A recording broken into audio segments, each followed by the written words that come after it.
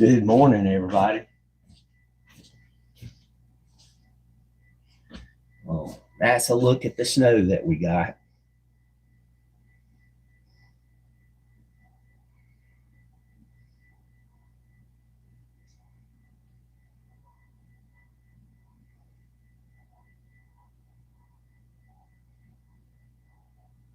Marisa, Sean Smith, good morning. We got very lucky. You can see the snow is on the ground, but not on the trees, which means we'll have power for a little bit longer.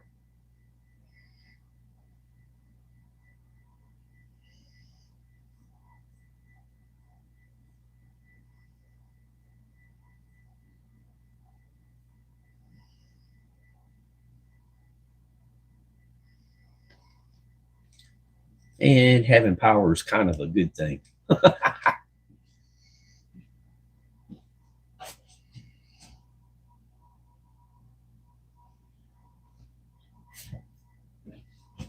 longer we go before the freezing rain hits, the better off we'll be.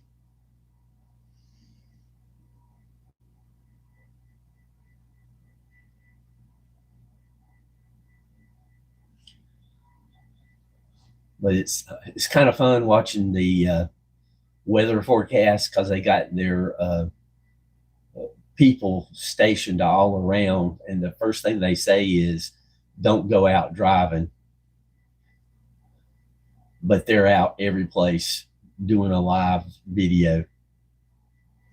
Oh, that was fun. They just showed a pickup truck swerving and swaying, and a policeman turning around to go make sure the person is okay.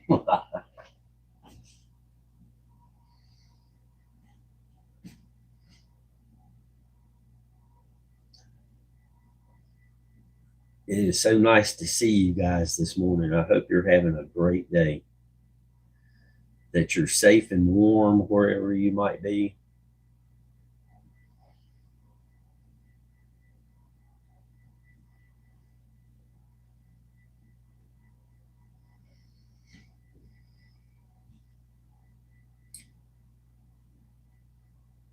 I've got fresh coffee in the thermos. So if the power goes out, I've got a supply of coffee.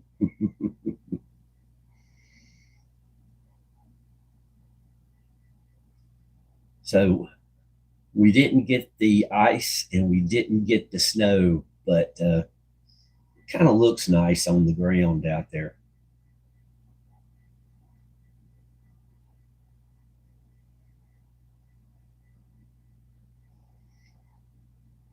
If you guys feel up to it, give the snow a thumbs up, because it's been very nice to us here.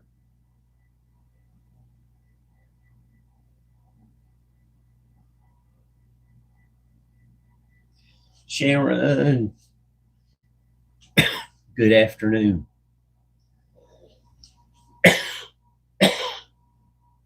Uh, yeah, it is pretty warm. I've got the temperature turned up a little bit warmer than usual, so that if the power goes out, uh, it'll take a little longer to cool down in here.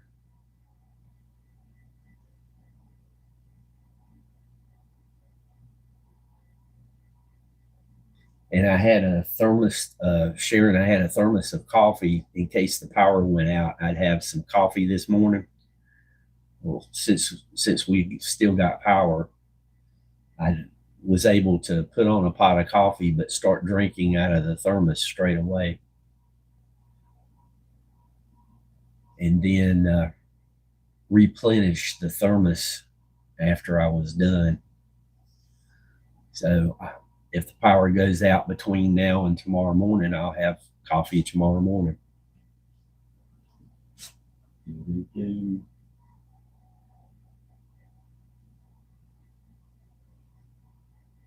Yep, I'll do that.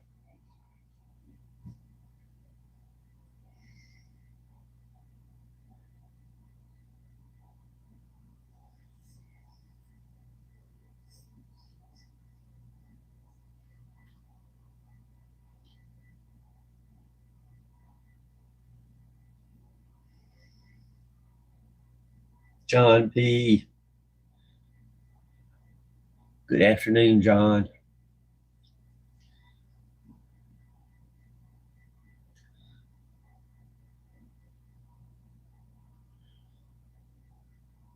There's less than 3,000 without power, 2,589. So that's not terrible. We really hit the sweet spot of the storm.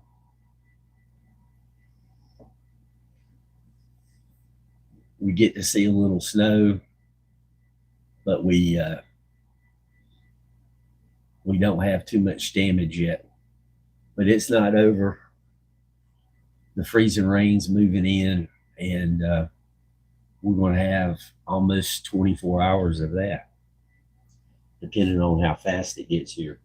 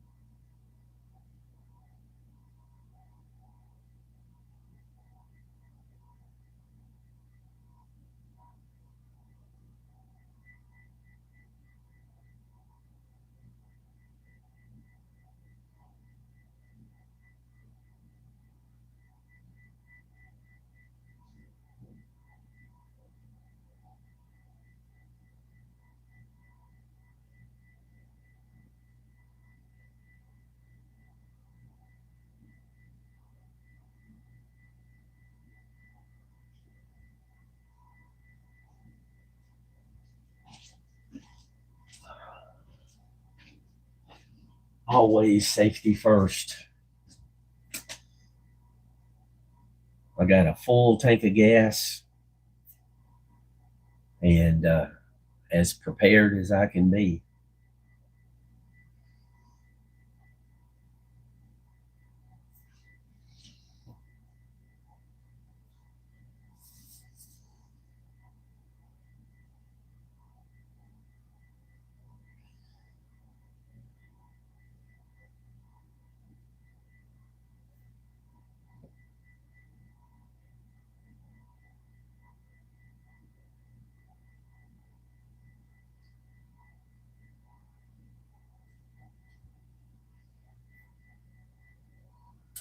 The weather guy said the this storm had affected 30 different states.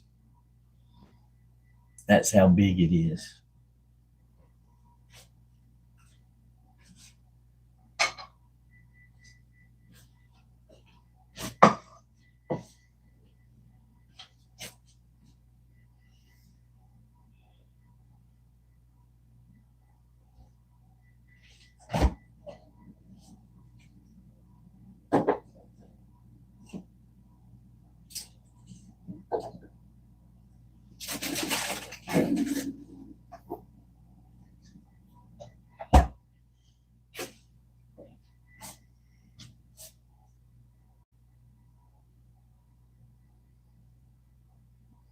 Yeah.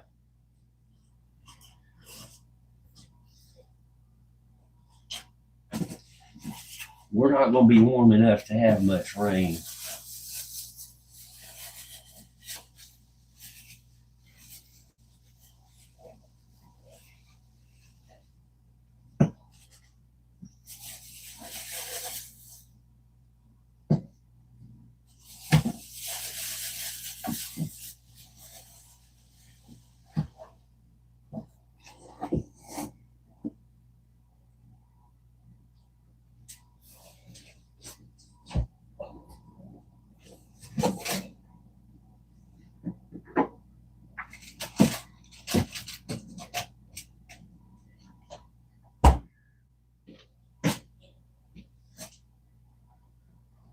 I mean, we're going to get down to 4 degrees Fahrenheit and 7 degrees Fahrenheit a couple of nights this week.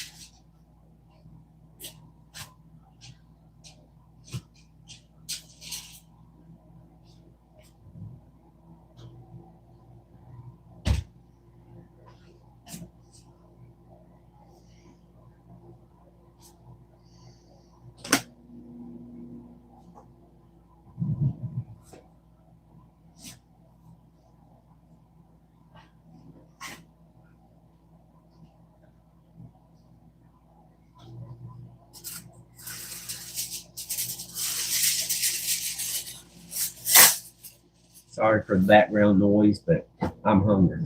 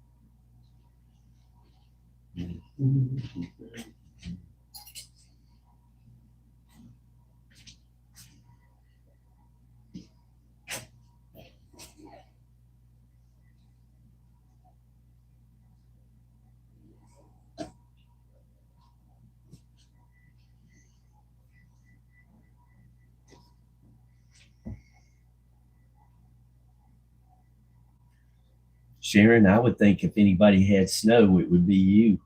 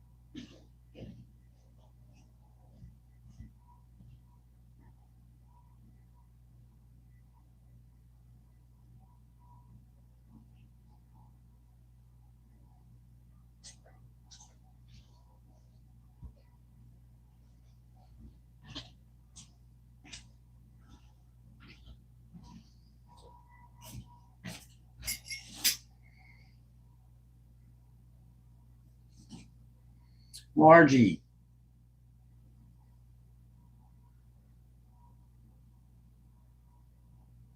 welcome, Margie. I hope you're having a great day.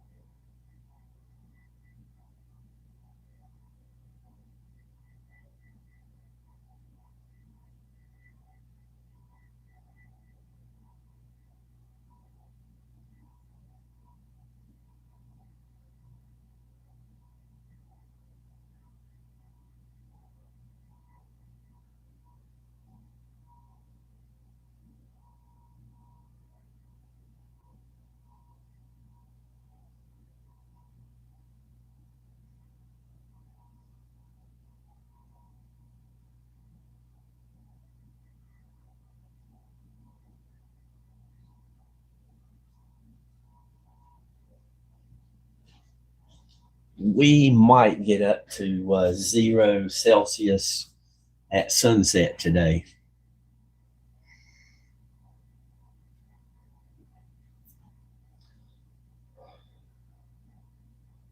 Right now, it's about -9 or 10 Celsius.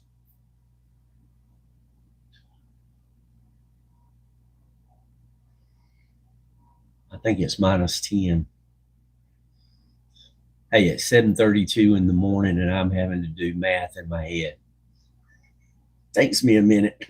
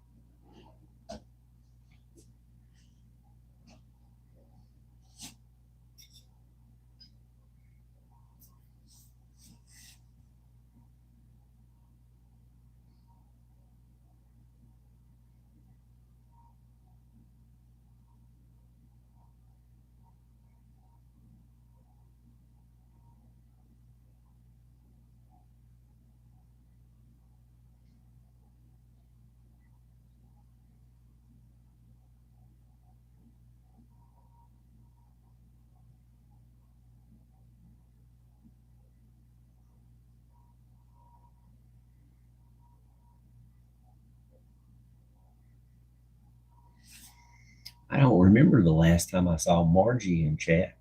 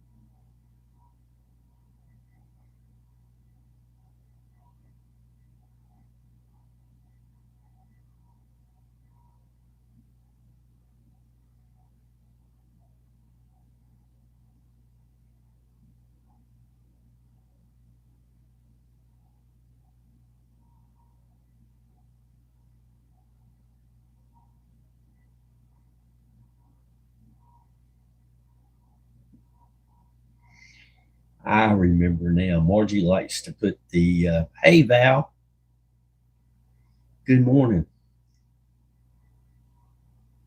Margie likes to put the different items in the Hungry Hippo.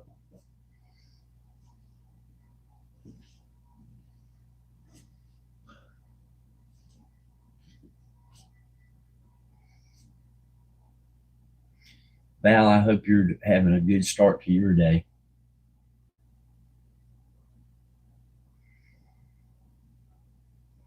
Yeah, it started. It was after 11, I think, when it started. All right, Sharon, you take care. Thank you for stopping in.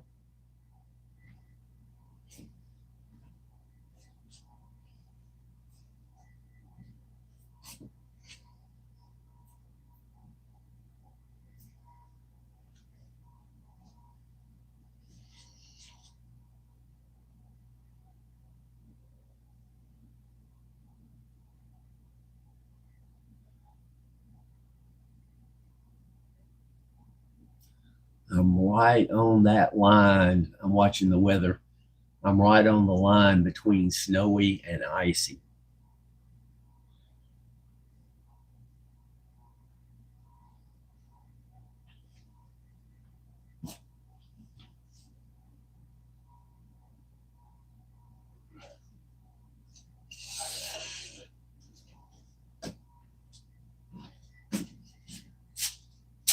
Whoa, that's a little bit warm.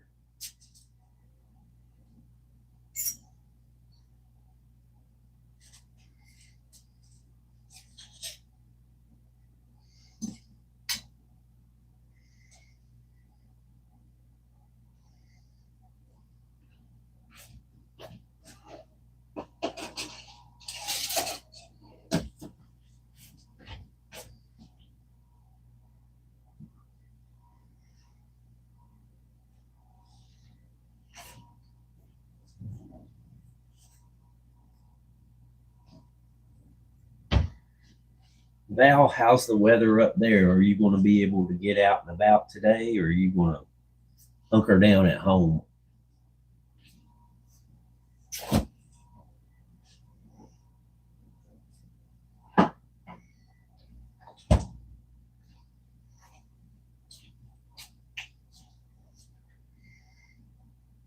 If you hear any weird noises, I'm putting mustard on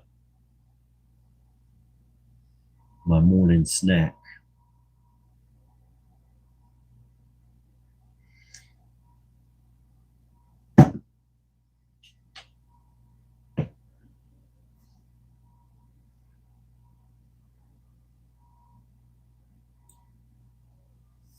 Oh, yeah. Well, I hope it stays snow. Takes a lot more snow to cause a problem than freezing rain.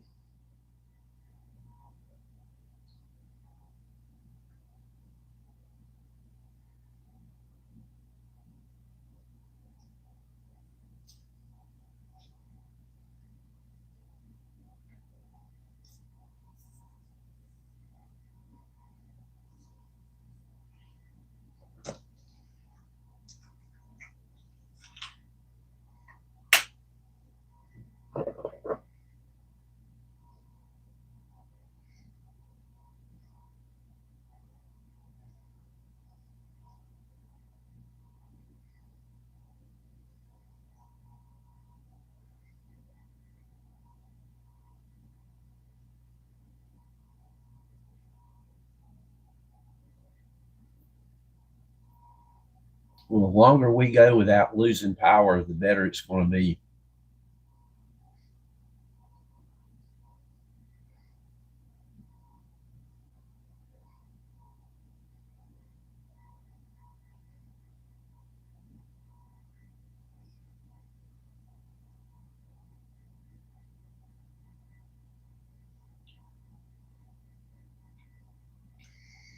Yeah, that especially that wet snow.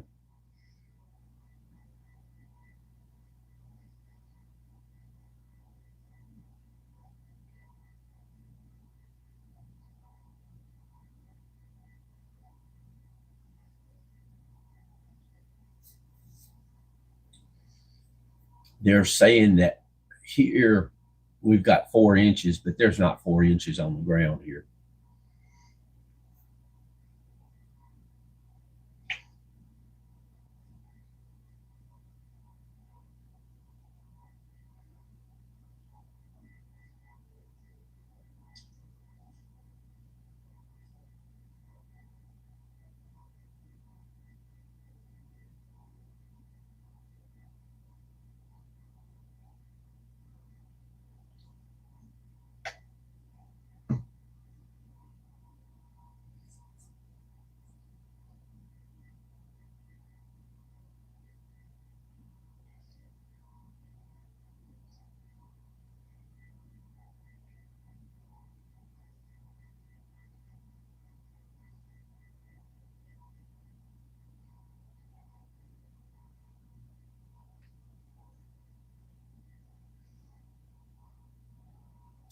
somebody in Winston-Salem's got one of them little bitty dogs, and it's got little shoes on its paws. It's out in the snow. It's still trying to keep its feet off the snow.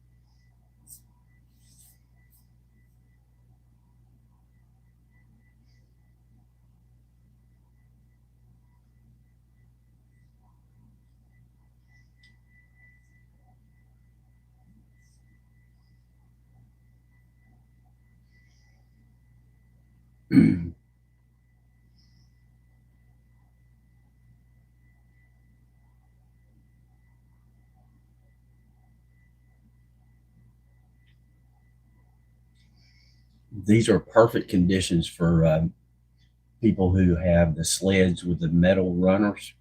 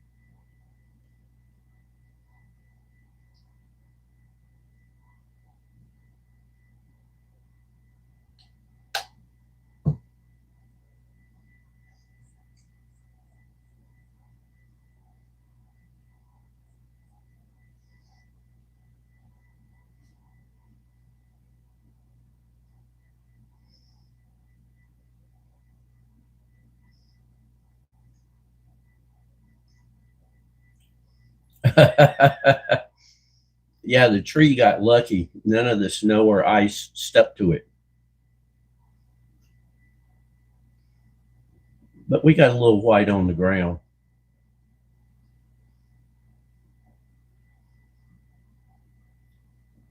And I'm very thankful that nothing's sticking to the trees. That way I have power longer.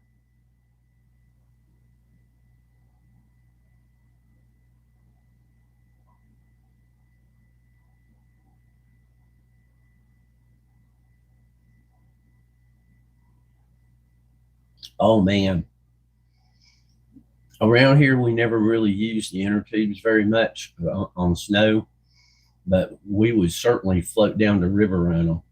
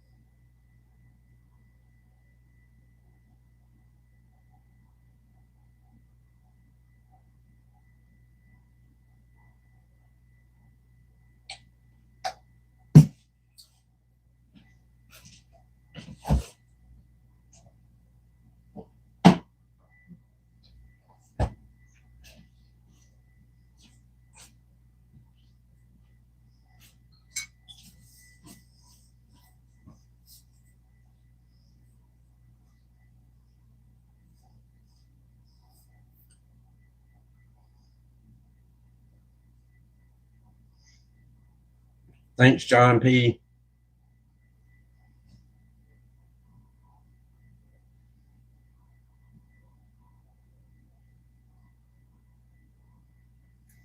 Oh, yeah, Val. When I was living in Winston, me and a buddy of mine, we'd go out at midnight. No cars on the road. And Winston's got some really nice hills. I mean, we had more than a tenth of a mile that we could slide down.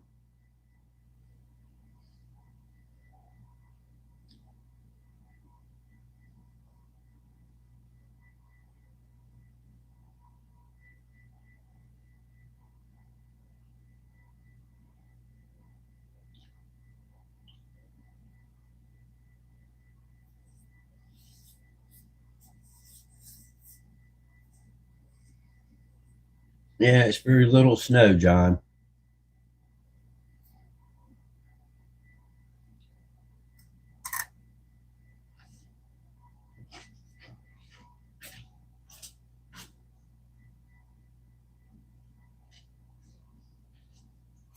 Thank you guys for putting up with my munching.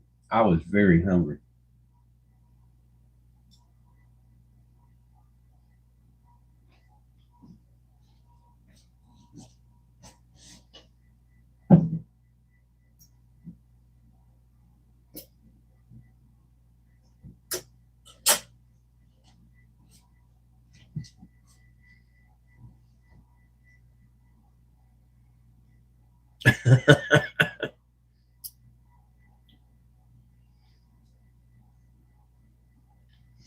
I understand, Val. I'm not as anxious to get out in it as I used to be.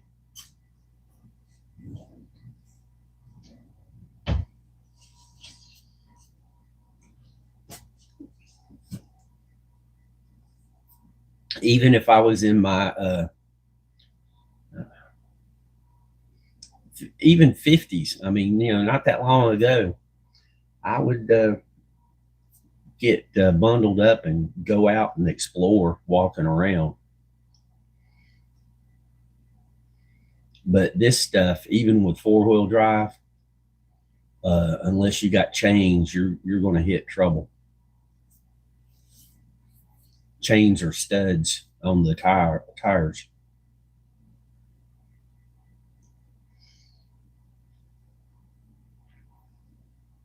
Hey, there's a little bird.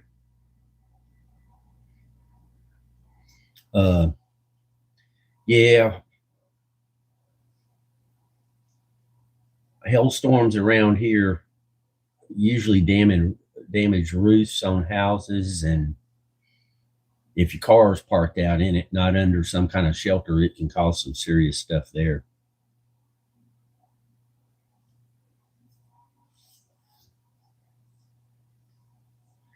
Yeah, they do. I haven't seen much of them, but you pretty much have to put those on when the weather's bad and take them off before the roads clear up. Because some states, if they catch you driving with studded tires or chains on your tires, and the road is clear, they'll ticket you.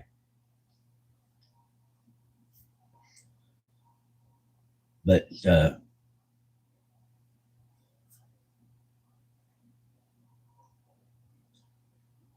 I don't know why anybody would want to do that anyway, because when the roads clear up, it's going to mess your tires up.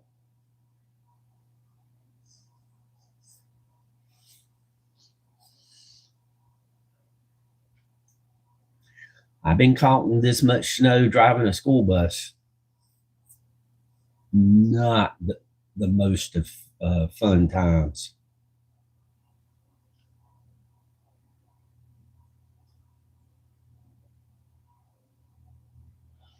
Now they're saying we might get above freezing tomorrow.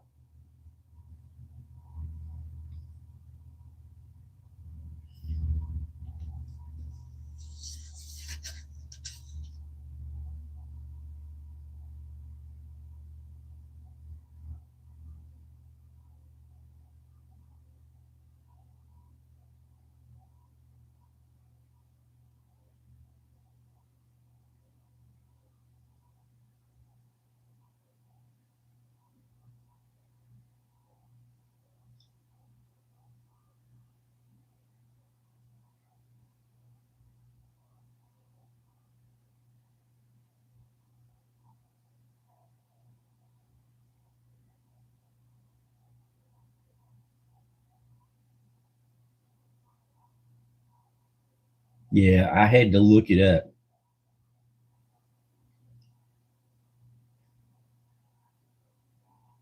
Oh geez, this is not smart. They make studded tires for motorcycles. Nah, I'm not going out in this stuff on two wheels.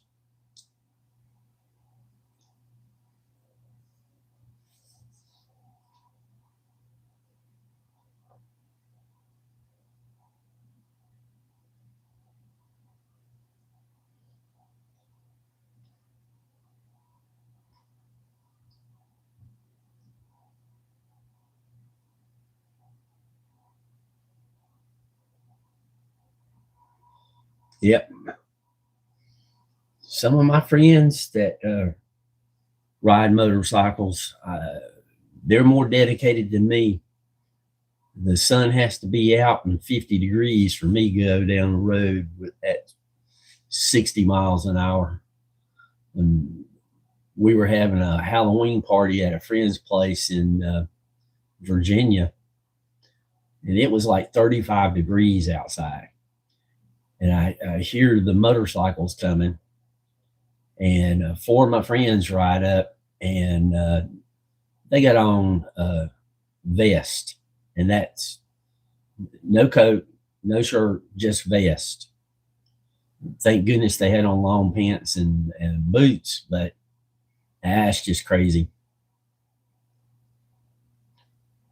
But they had mass quantities of antifreeze in their system, I'm sure, which is not the brightest idea either.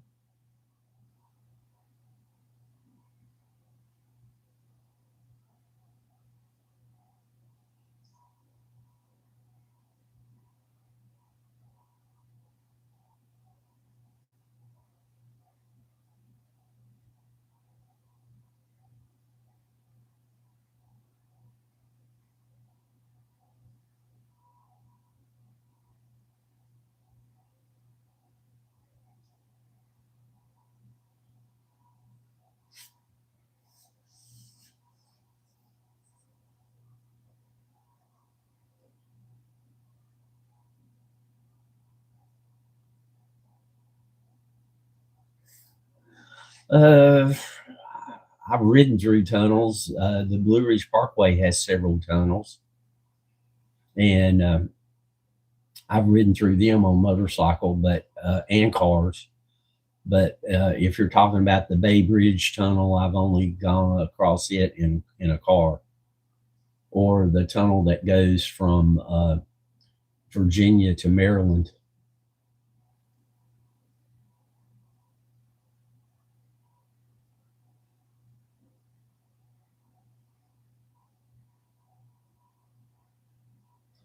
But I don't. Uh, Now, don't get me wrong. The motorcycles I've owned have been louder than cars, but they're not the loudest motorcycles on the street.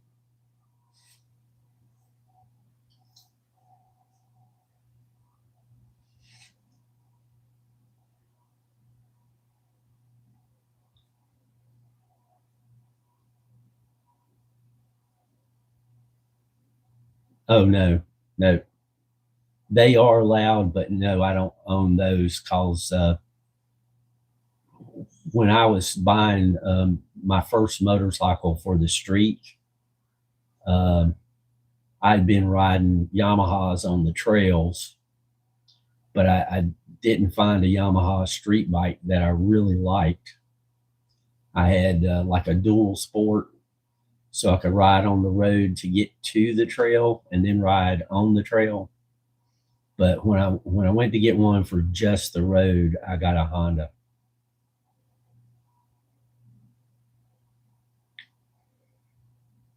and I had a Honda 900 Custom. It's an inline four, and of all the motorcycles I've heard, of all the motorcycles I've had, I like the sound of that one the best of any of them. It sounded like some angry, deep throated bumblebees.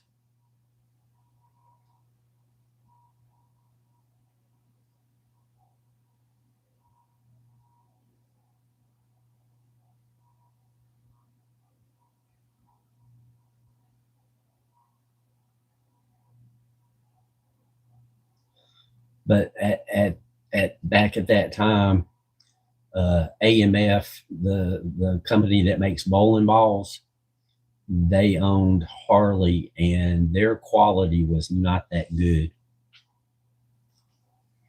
And I wanted to ride. I didn't want to work on the motorcycle itself.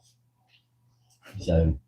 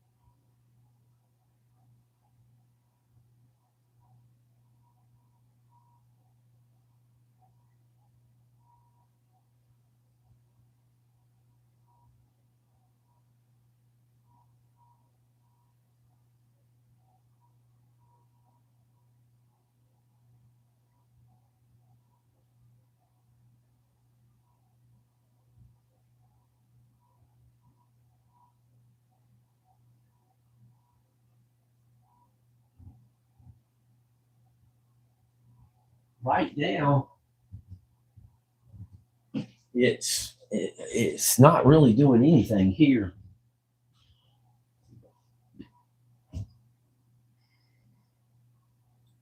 The weather radar says it's snowing, but the cold, dry air causes it to evaporate before it gets down to me. But there's a mix heading this way, and that's going to be the problem.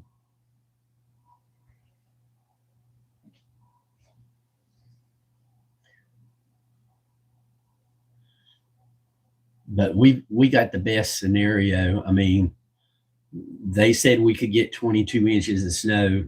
That would be very bad. And then they said we might get 5 or 6 inches of sleet. That would be bad. And we ended up with just this little dusting. So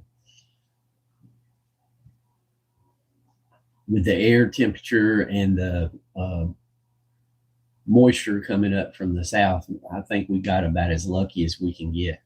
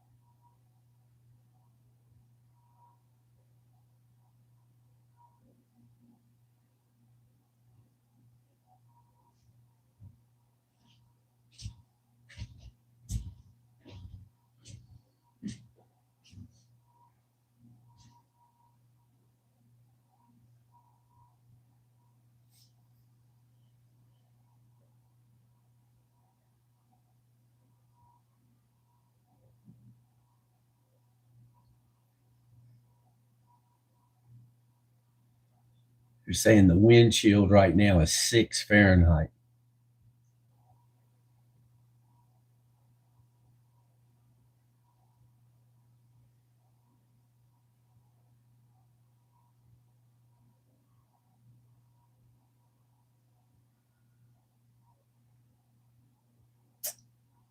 Uh,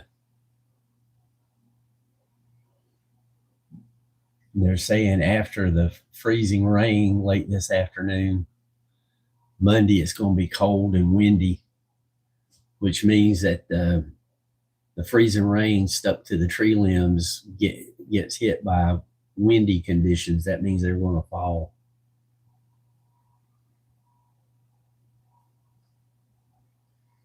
Yeah. The reporting station is saying 15 here, but usually on my back porch, it's a degree or two cooler than what the reporting station says. I'm not going on the back porch to check.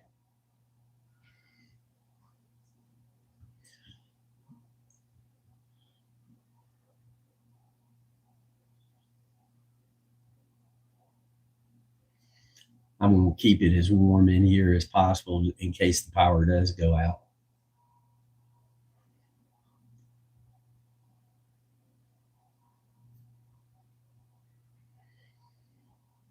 I'm surprised Roger Blair's not in here. It's about time for him to check in.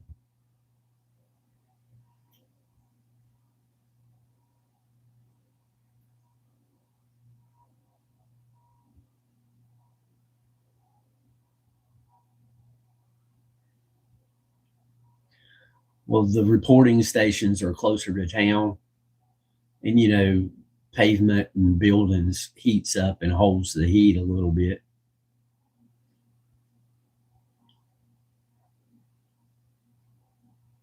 I got houses around me, but they're spaced at a good distance.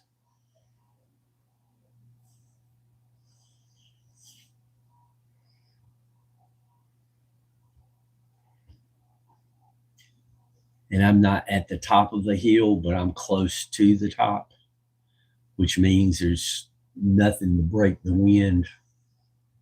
as it travels across the countryside.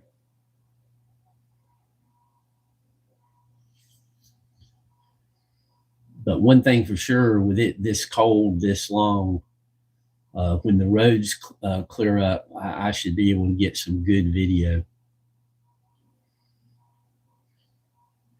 Last winter, I got Lower Cascade Falls and Carter Falls covered with ice. Lower Cascade Falls had 6 or 7 foot icicles hanging off the cliff. So that was just cool.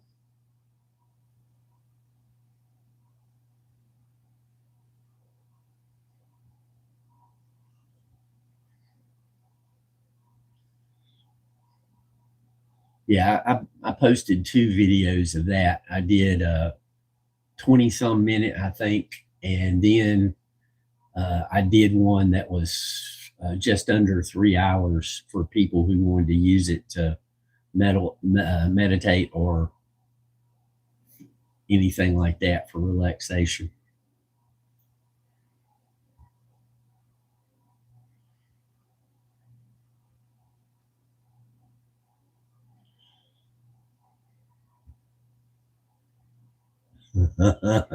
This will be good. She spotted it. The girl was standing by the road, and here come a snowplow at high speed. She was about to get dumped on, but she saw it coming in time and she stepped away.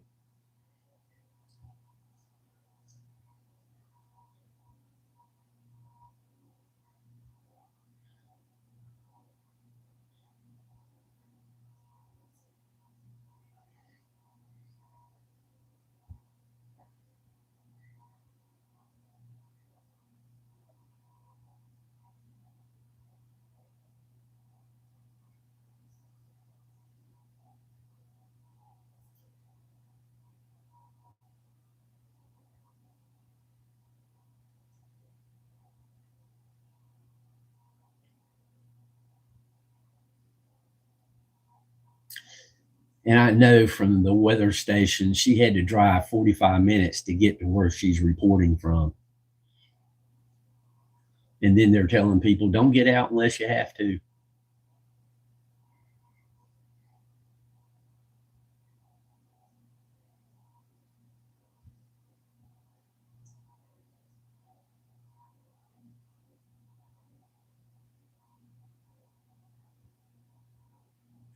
Well, Val, you enjoy your breakfast.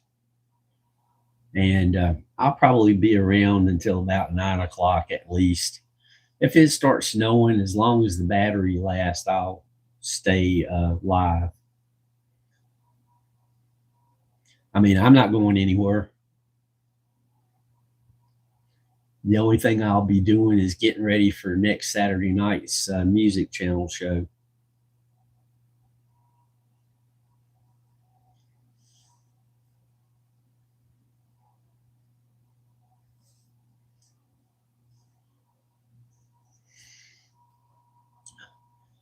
Val, if you want to check out them icicles, go to the playlist and look for relaxing waters, and the frozen over waterfalls are in that. That would be the easiest to find. They're on the channel, but I've got over 1,000 videos now, so going through them's a little bit of a headache sometimes. But the playlists make it a little easier.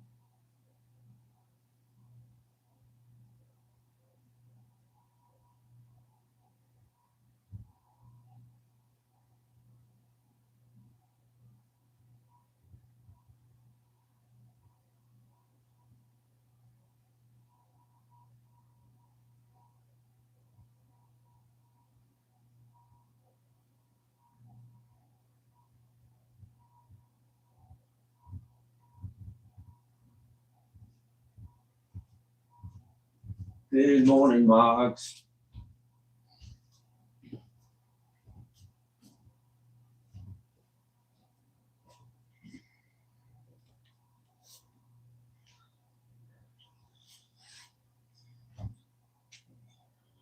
Really enjoyed talking to you guys yesterday.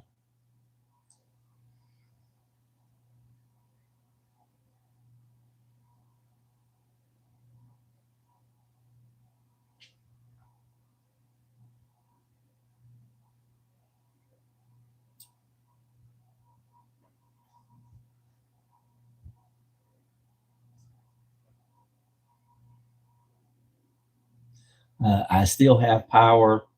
Uh, it was after 11 when the white stuff started coming down, after 11 last night. And it's not all that much. And thank goodness it is not sticking to the trees.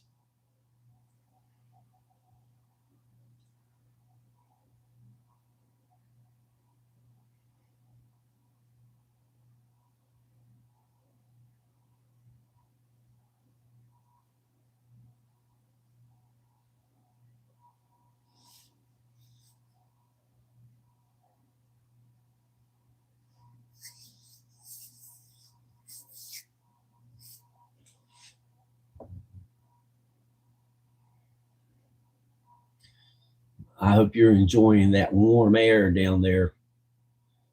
Val and myself are at 15 degrees Fahrenheit.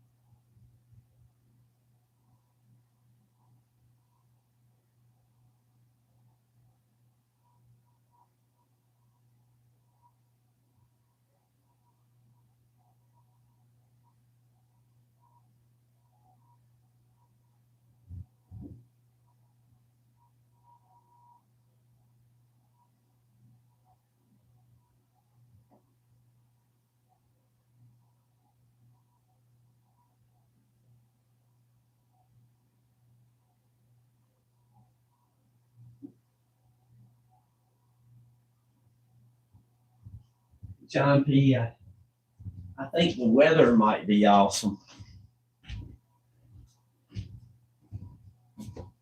And Moggs, if you're listening, John P. said hello.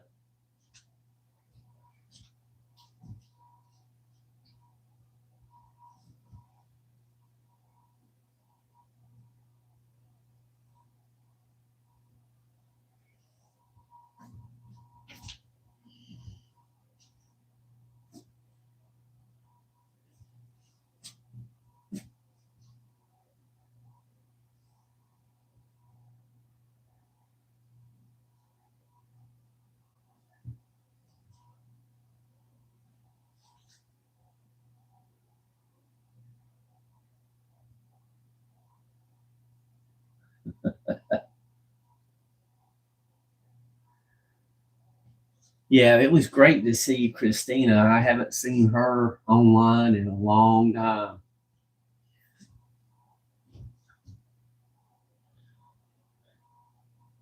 When when she first started covering the cheese with the hamburger, it looked like that head of cabbage had a toupee, a hamburger toupee. That was funny as everything.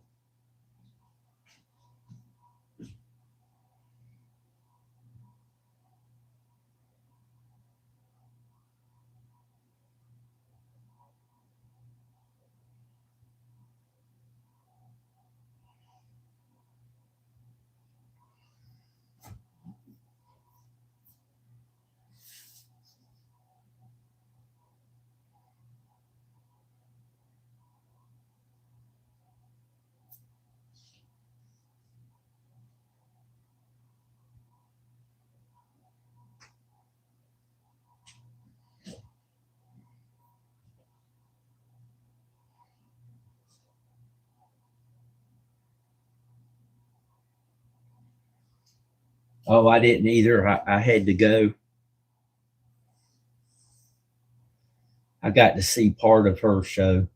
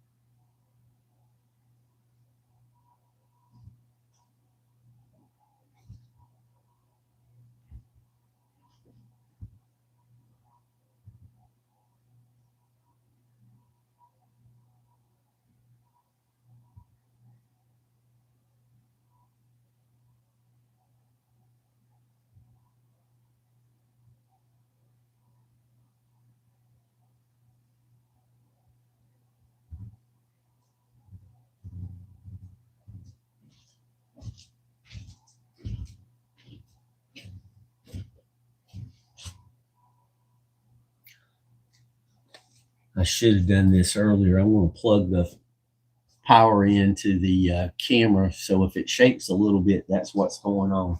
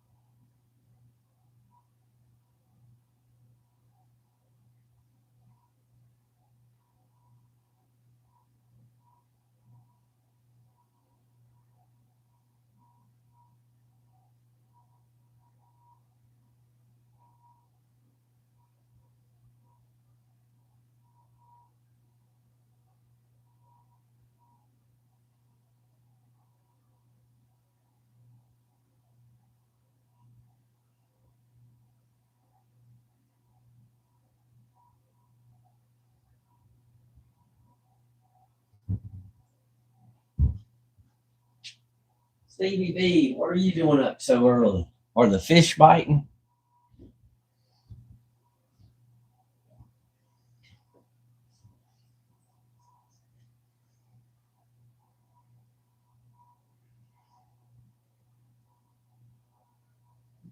That's the only reason you should be up on your day off this early.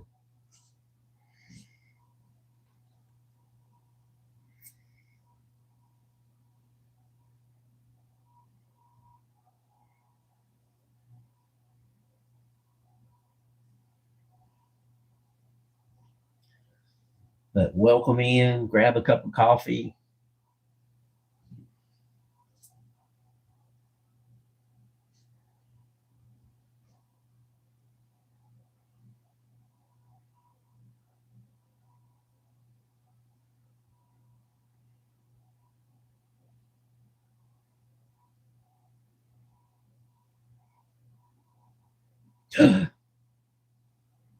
I hope it wasn't that boat playing all the loud music.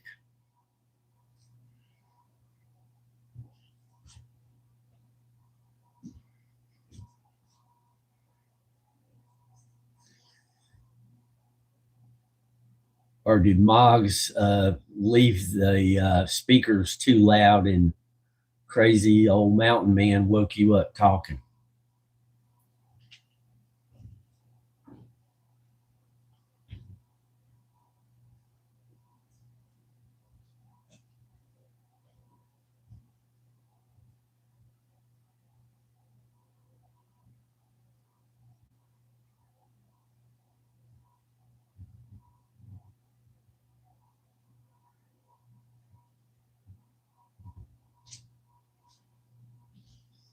Trust me, I'm about ready for a nap.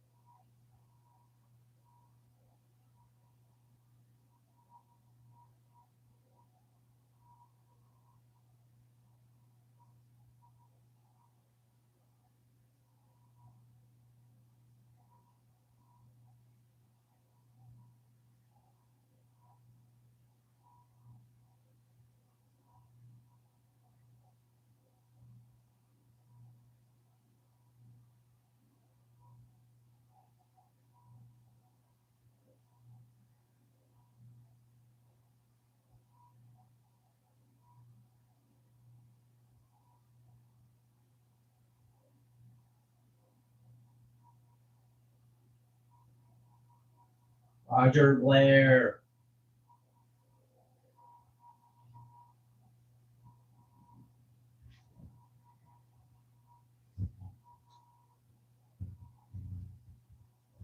I stepped over to the big screen to see the weather report.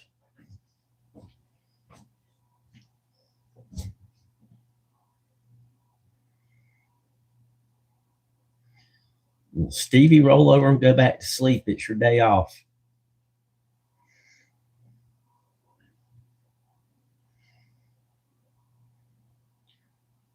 So far, Roger, we've been lucky here. It's not sticking to the trees near the house, and the frozen precipitation is not very deep. But Mount Airy, it's starting to come down over there pretty good, and in Winston, so it's heading this way.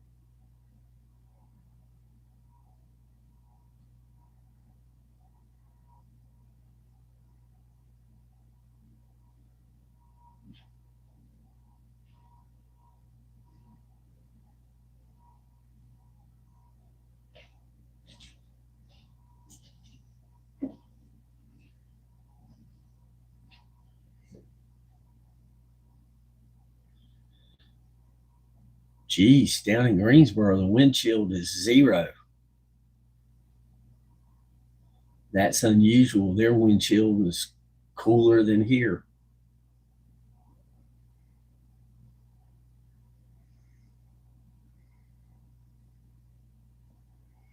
Well, we're glad to have you, but if you was to go back to sleep, I'd understand.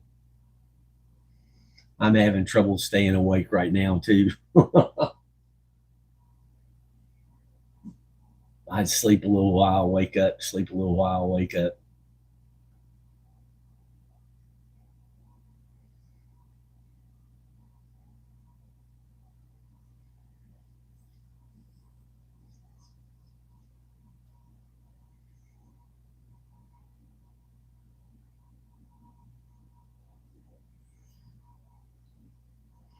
I cheated this morning, Stevie. I put the pot of coffee on, and then I poured a cup of coffee from the thermos. And after I finished drinking the coffee in the thermos, I replenished that so it's fresh and hot in case the power does go out later.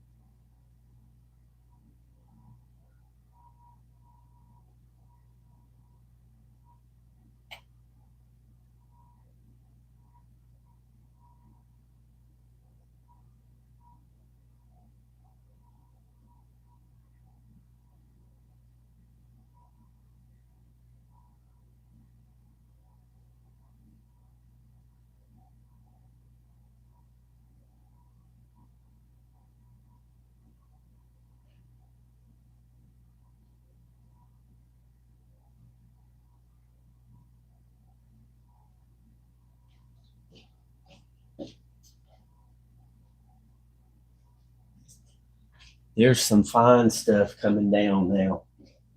It's hard to see on the screen, but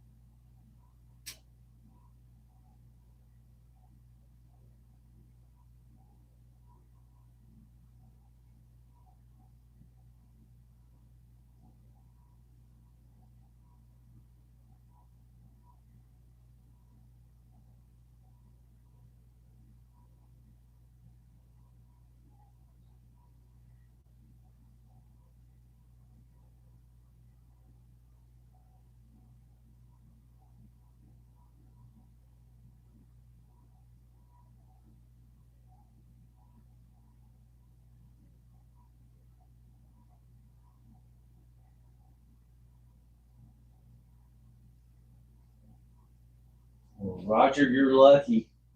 It's 15 here.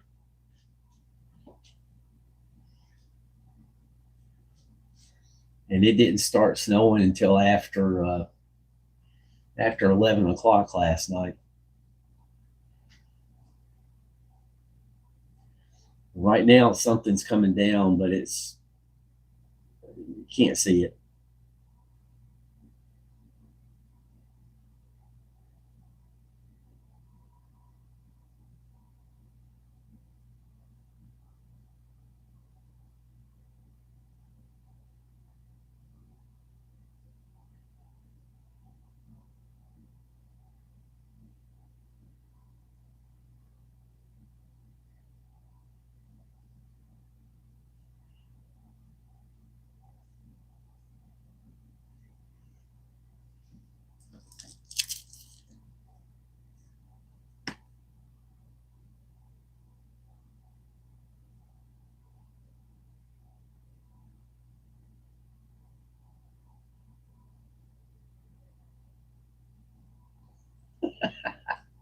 %99 humidity.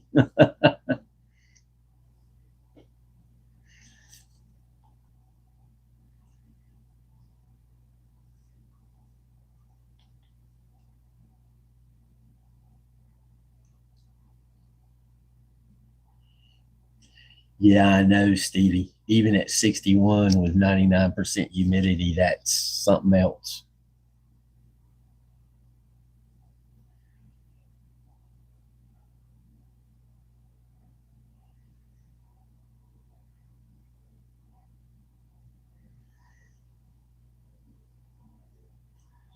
Well, I'd trade you about 15 degrees. That'd at least put us up close to freezing.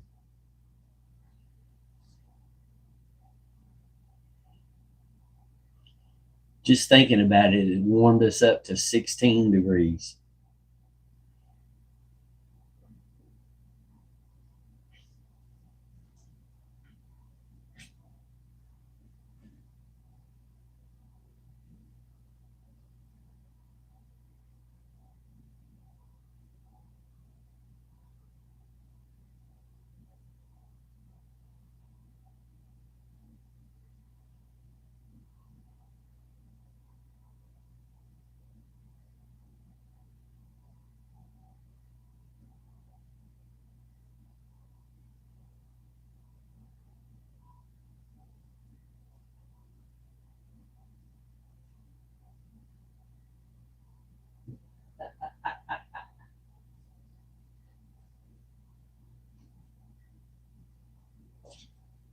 Roger, I would go to the part of the country they're at, but I wouldn't show up on their doorstep.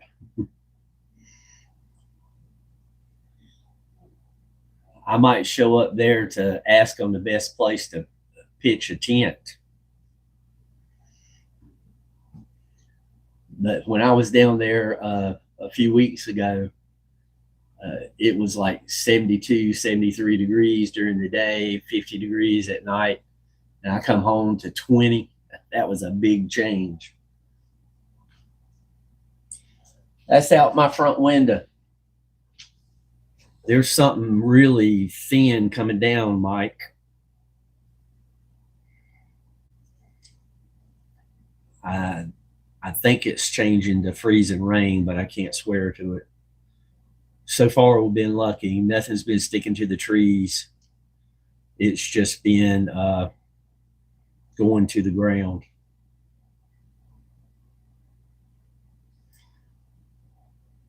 Mike would burn up here. It's 16 degrees.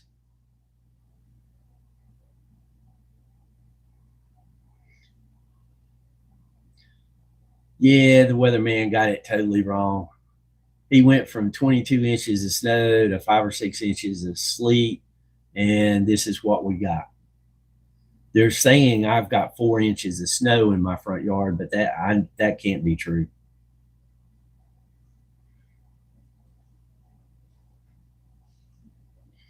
See, we're 43 degrees warmer than you. Well, 44 now because it went up to 16. Mike could be running around in a pair of shorts and a short sleeve shirt.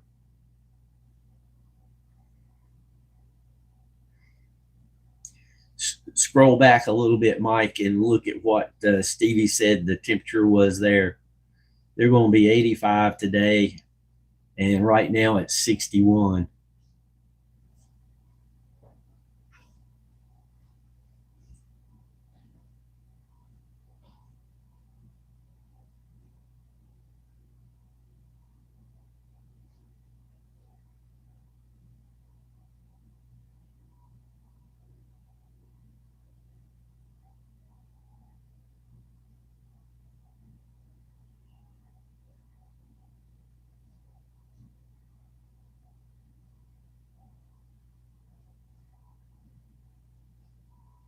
Yeah, all the numbers look good except for that 99% humidity.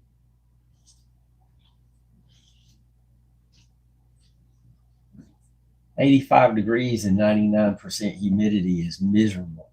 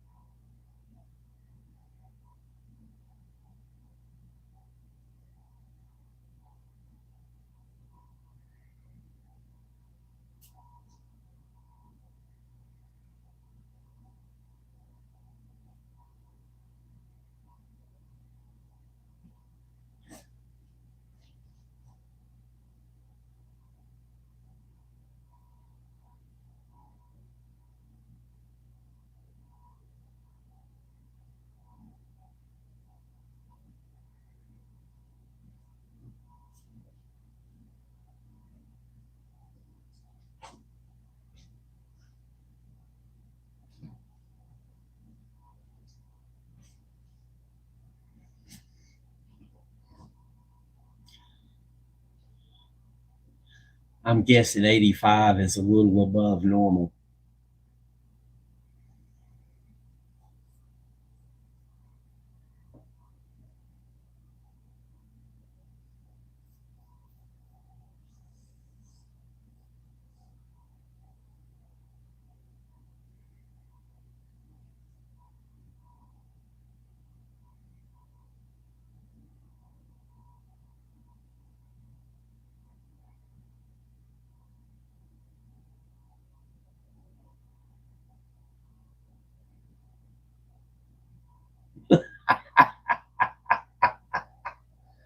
Uh,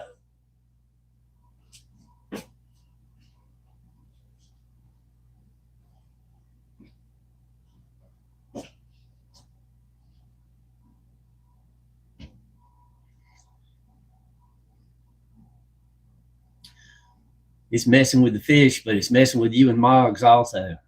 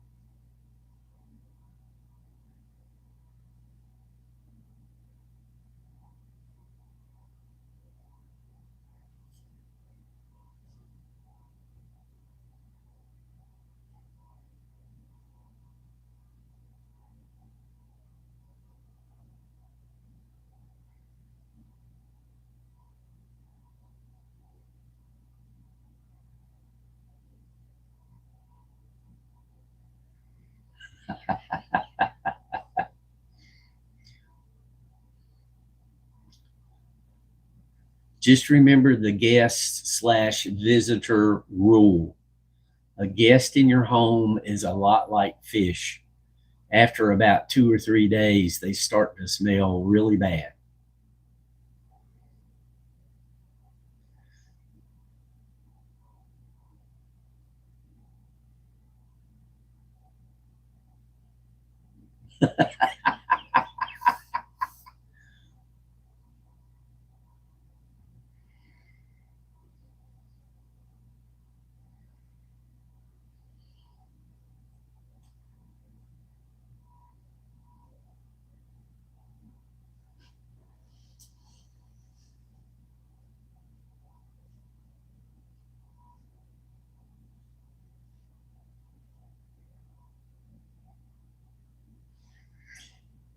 Yeah, the wind's going to pick up here too. That's why I'm glad there's no ice on the trees right now, because ice and wind is really bad.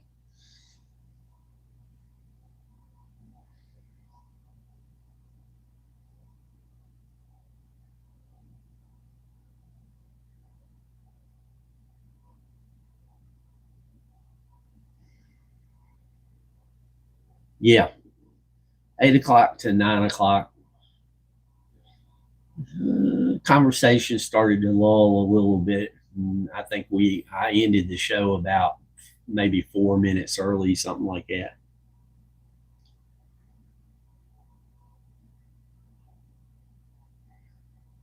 Gotcha. Well, thanks, Mike. We're going to use your idea next Saturday. So be ready with your input.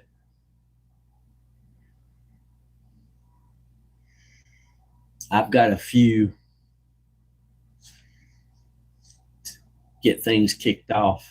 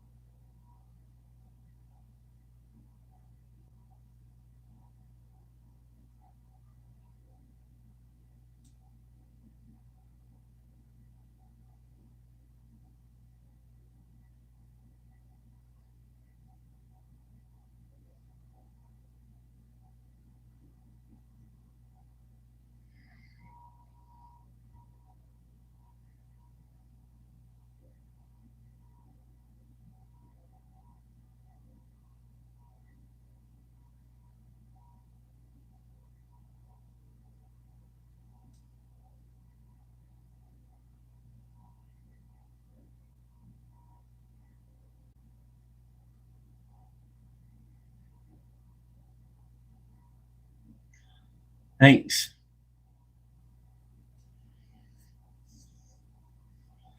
I appreciate that.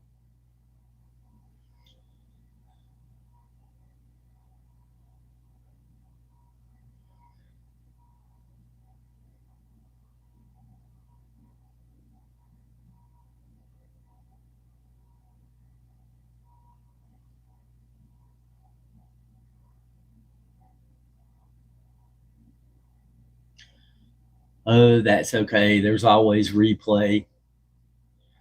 And most of what we was talking about uh, was the Grammys. I had those 6 songs in the running for Song of the Year, and there was one song that was written by 2 people, one song that was written by like 5 people, and the rest were written by 10 or more people to write one song. And I went back and looked up 5 or 6 songs by the Beatles, and all of them was John and Paul, written by them.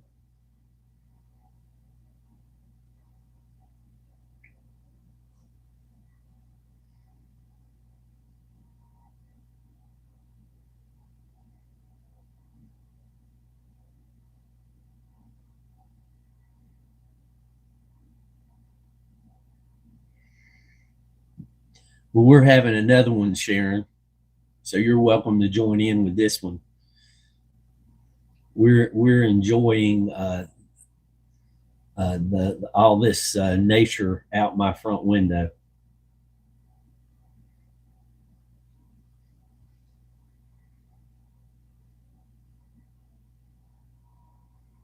Oop, there come a good breeze.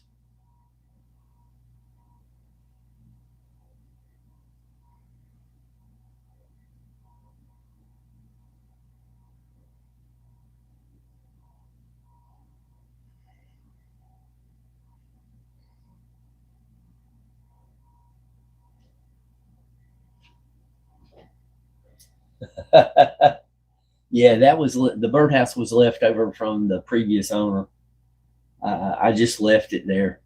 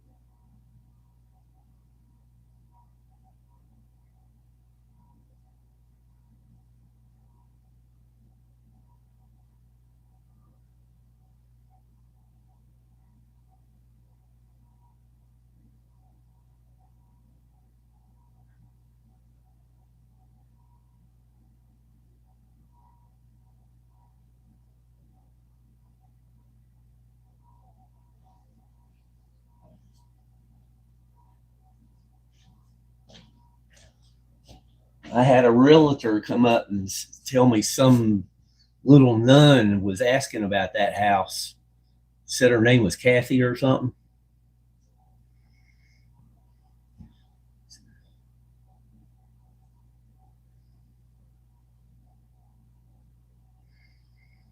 They own property in town in that tree trunk.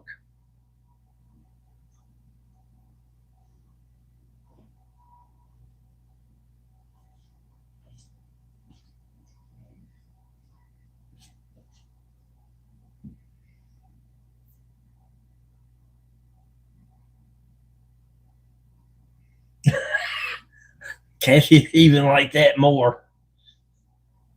Well, I don't know. She might like gingerbread moose more than gingerbread men.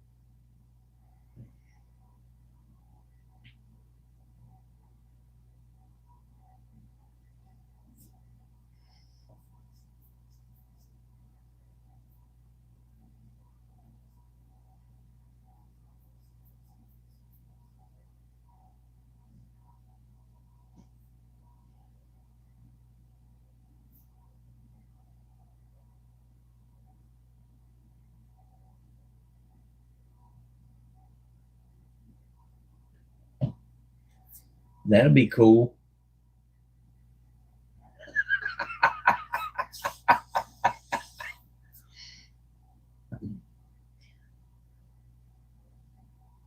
If Roger Blair types her name 3 times, she'll show up in a minute or two.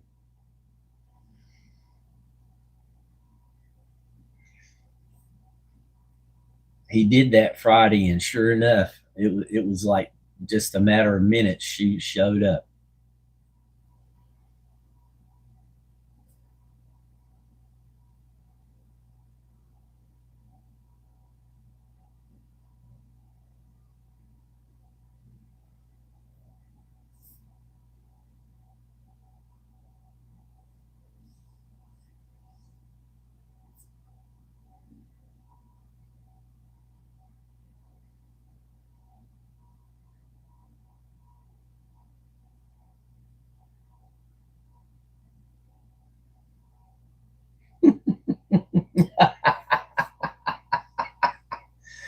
Kathy, we found you a vacation home. It's in the tree right there.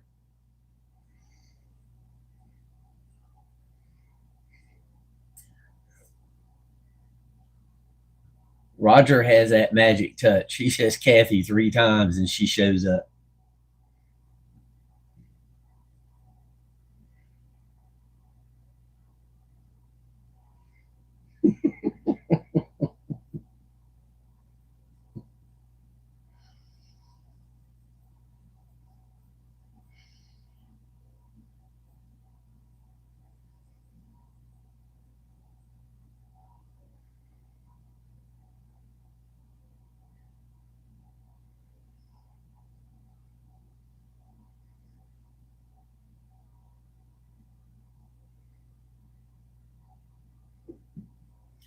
Good morning, Kathy. Have you had your coffee yet?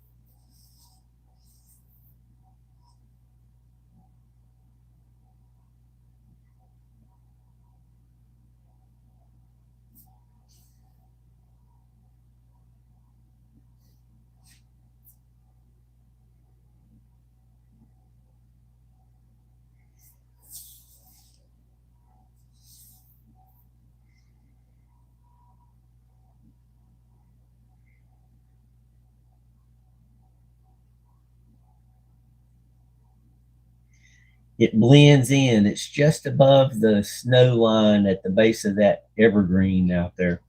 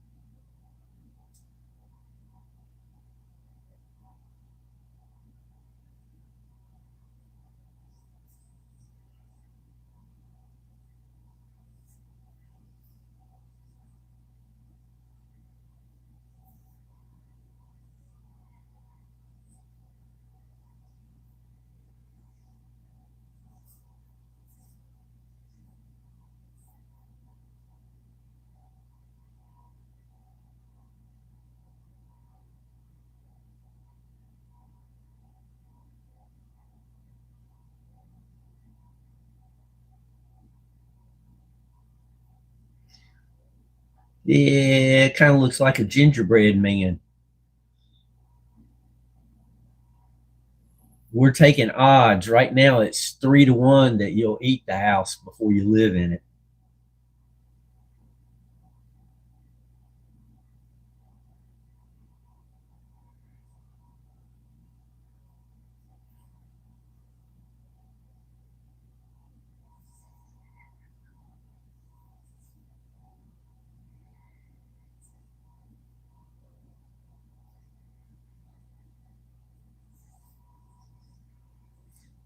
And it's got Kathy written all over it.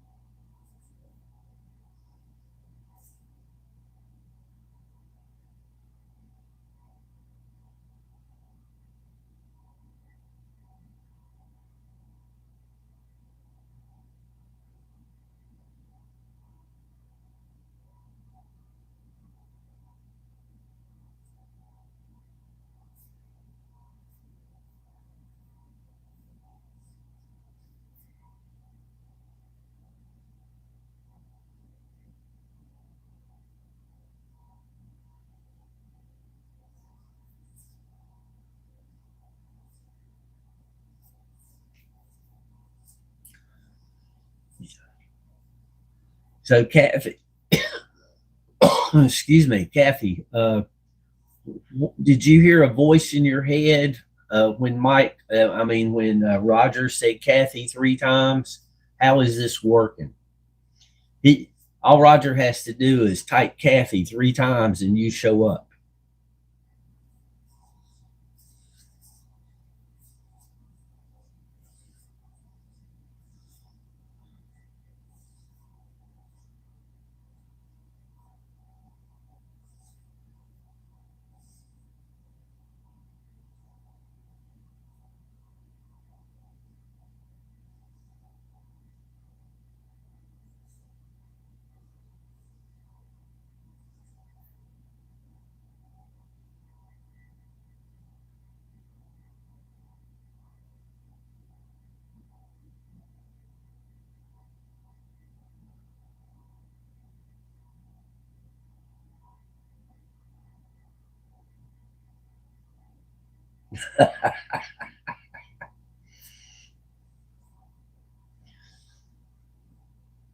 So, Roger, she knows when you're going to type Kathy 3 times before you type Kathy 3 times.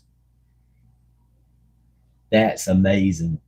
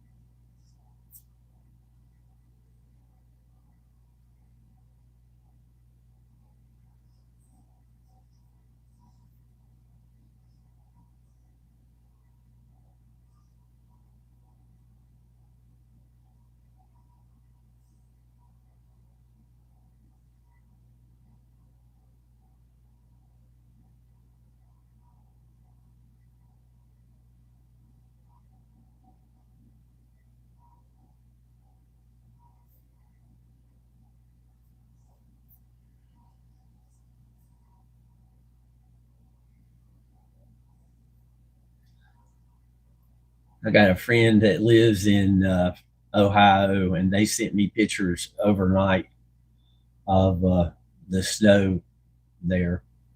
They, you guys definitely got more snow than we got here.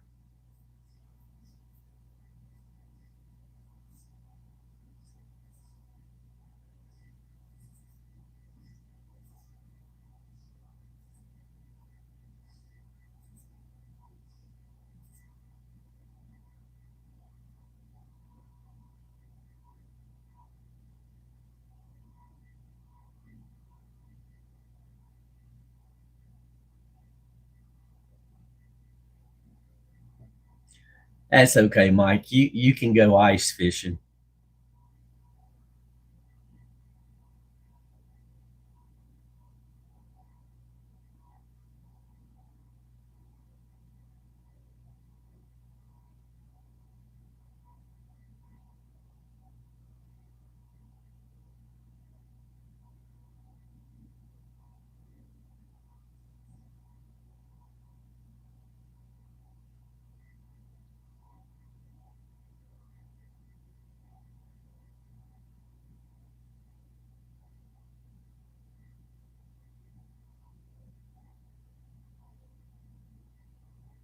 Hmm.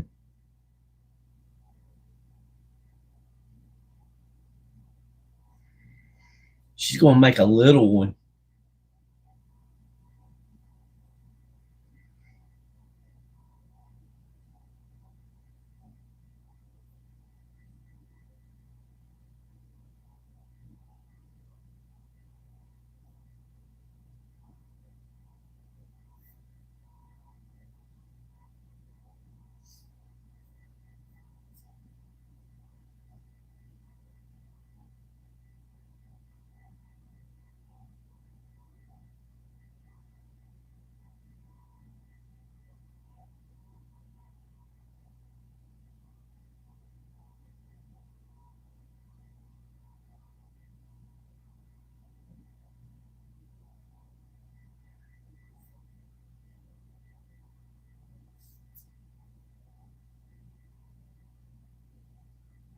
Uh-oh. I don't think Kathy stays mad very long. It's a very unnunly thing to do.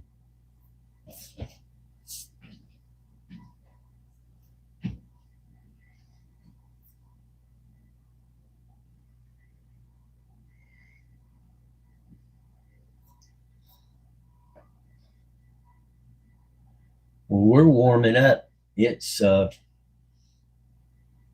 16 degrees.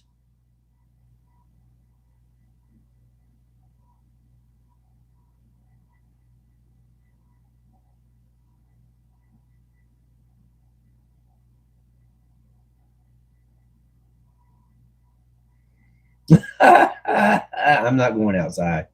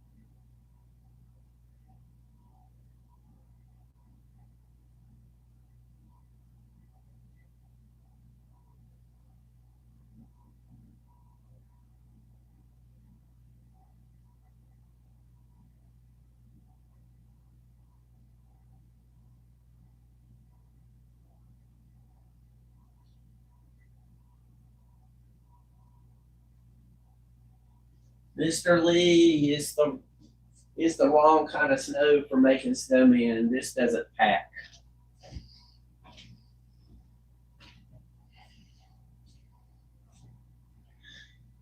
That's why it's not sticking to the tree.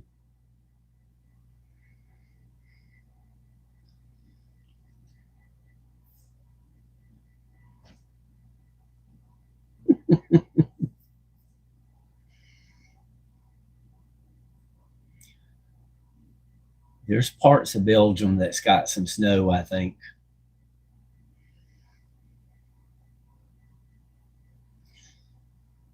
If she's not in Belgium, she's next to it, Ika, and she was walking around in some serious snow.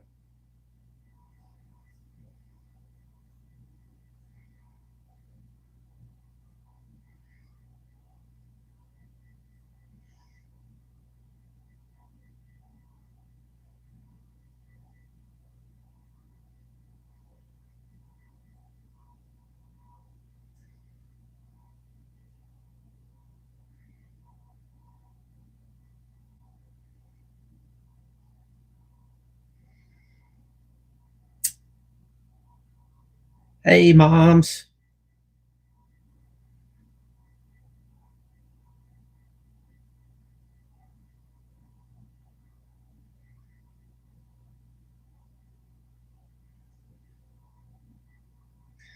Yeah, the gang's all here this morning. I got the uh, I got the phone plugged in, so it should last a pretty good amount of time.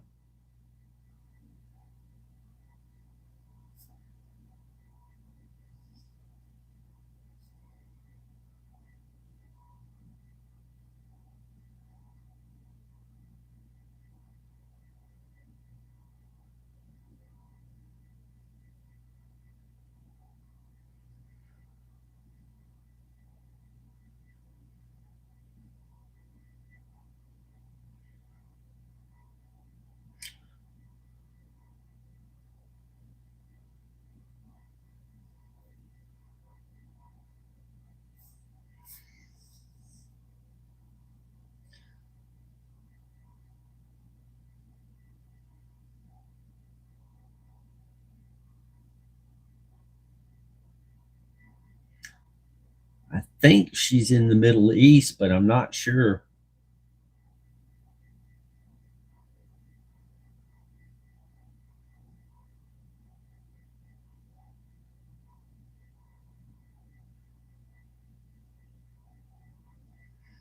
Oh gosh, I saw it on the news here. They uh, they caught some guy who was robbing graves, and then they found out that he was part of a group of people that were buying and selling body parts. Crazy stuff, man. Crazy stuff.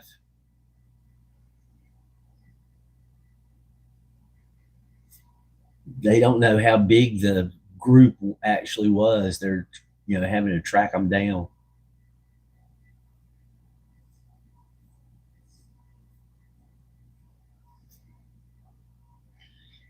Yeah, people do strange things these days. The strangest thing that people do is they call bad good and good bad.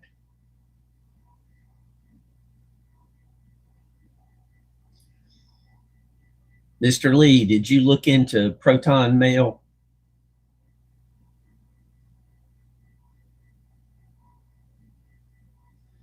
So that you can get your mail back and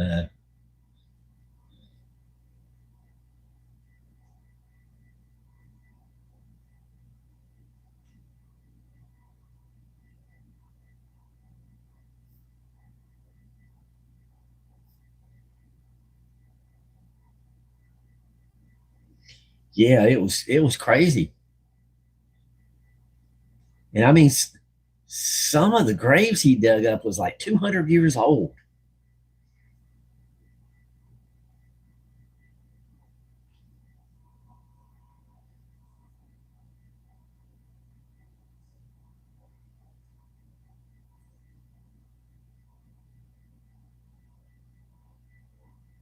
Yeah, I know. That's why I said it, Sharon.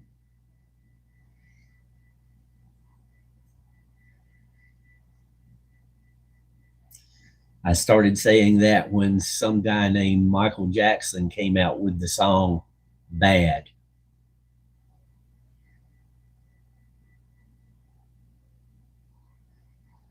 Well, they caught him. They're investigating, and we'll see what they do with him.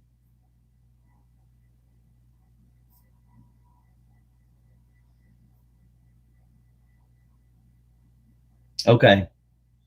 Uh, I have that, and other people who have that also.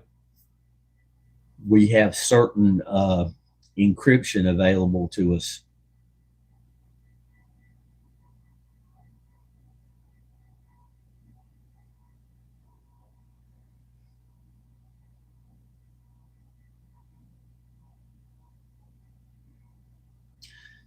Yes.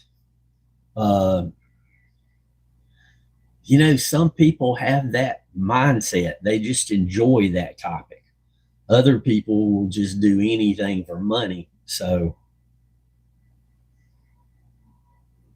I don't know which one it is, or maybe it's a combination of things.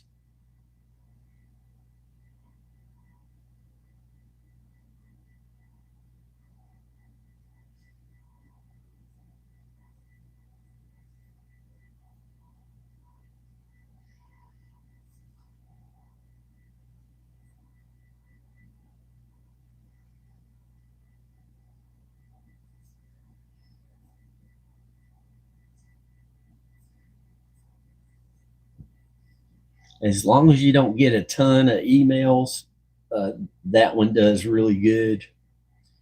And I have a filter email address that I can put on media.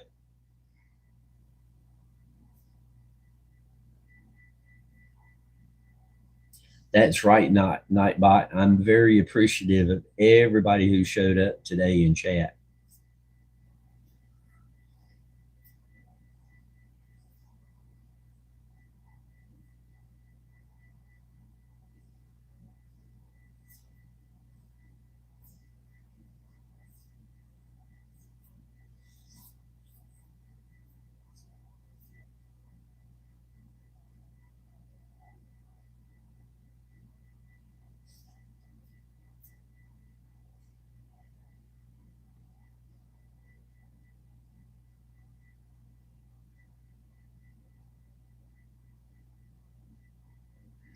Well, when you get time, Sharon, I was just going over some of the uh, nominees for the Grammy this year for the best song, and just having people notice the contrast between earlier music and today's music. I mean, when you've got 10 people writing a song for that's just crazy. And some of the songs might not have much more than 20 words in them that don't repeat, or 20 words and then they repeat over and over and over.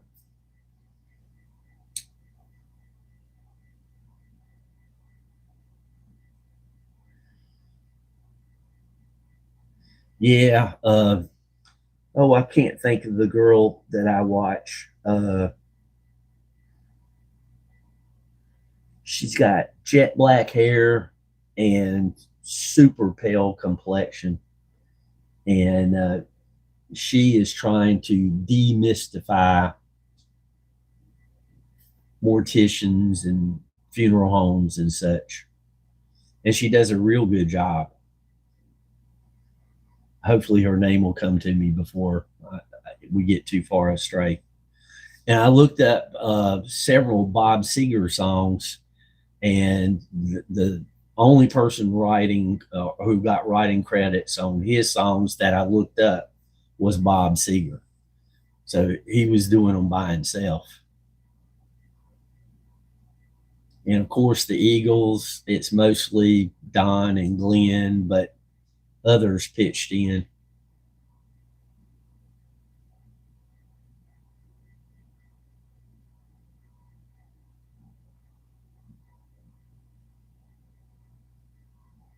Uh, what do you mean new setup?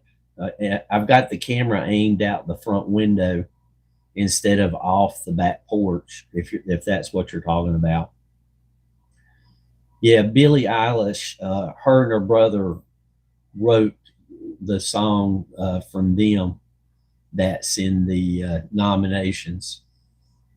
They're the ones that there was only two writers.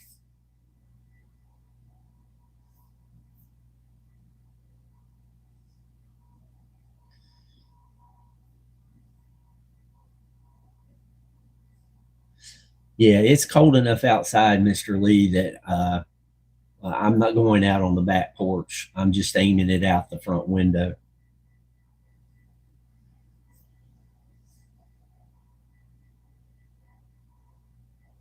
Ooh.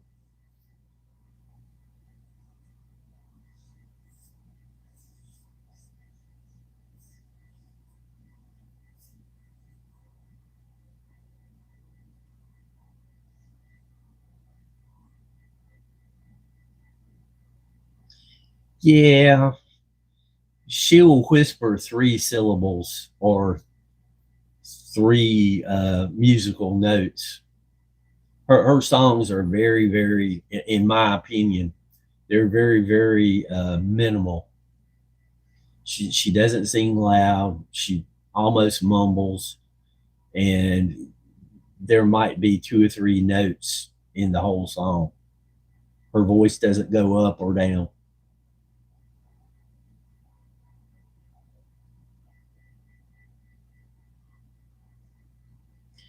Oh, I got what you're saying now.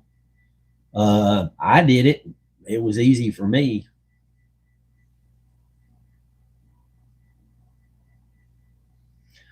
And YouTube doesn't, when you click the link for my email, YouTube doesn't transfer everything into the uh, email. You pretty well got to figure a way to copy and paste. I wish there was some way around it, but there's not. But I have had people use that email posted, and it does get to me.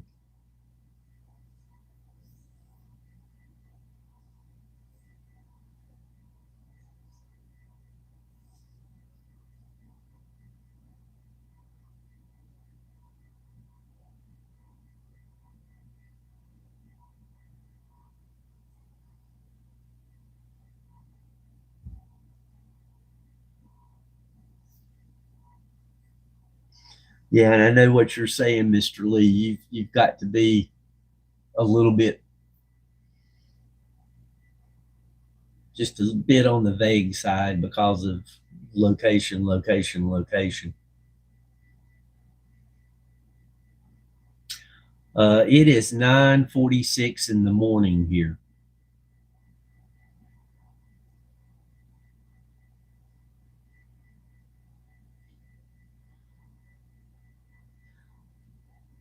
So for you, it's probably 2:47 in the afternoon.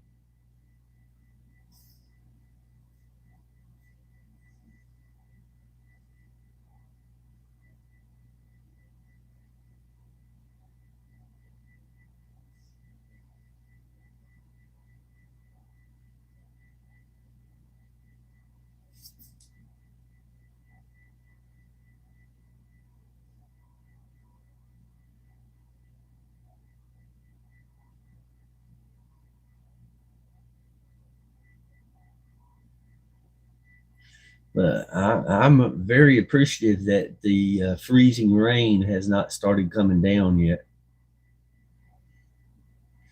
Because when that starts, it's just a matter of time before the power goes out.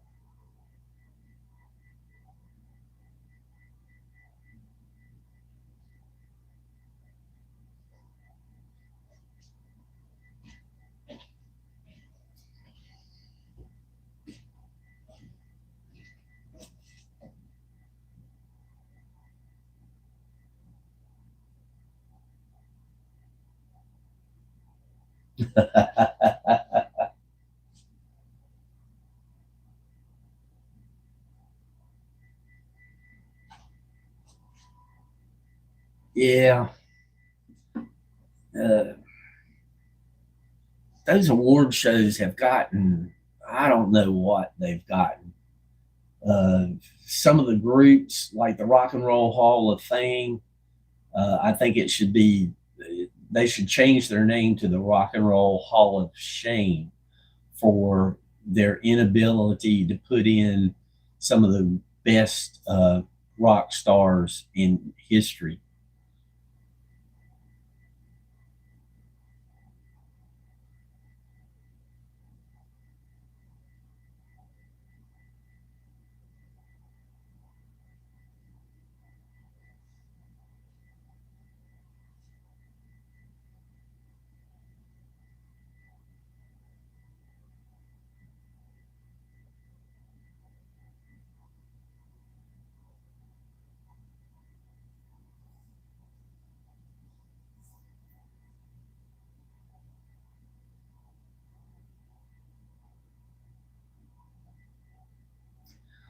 No, I think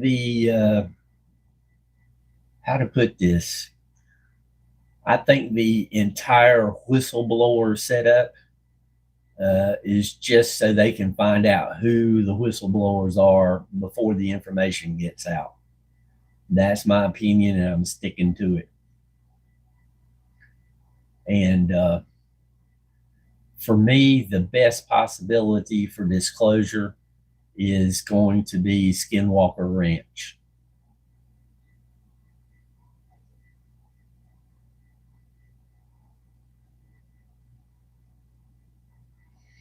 Yeah, I've heard July the 8th, and we'll see. Much like this snow that they were calling for, I'll believe it when I see it.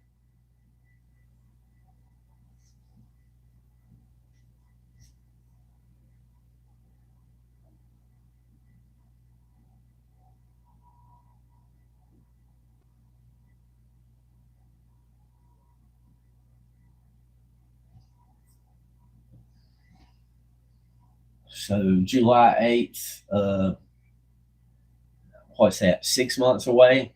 A little over 6 months.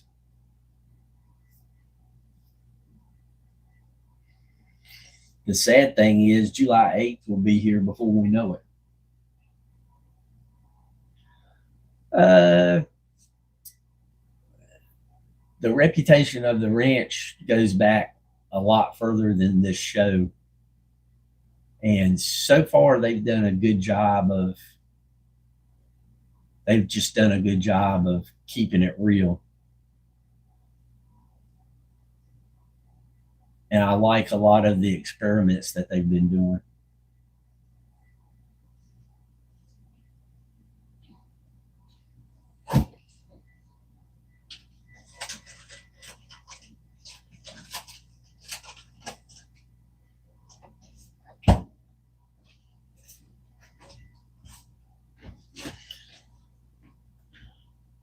George Knapp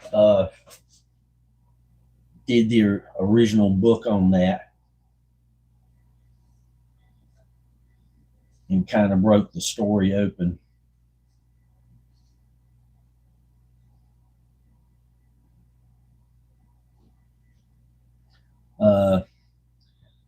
Brandon Fugel is the guy who's the last owner that I know of, but I've heard a couple of rumors that he's actually either sold it or partially sold it. If Fugel has let it go out of his control, all bets are off.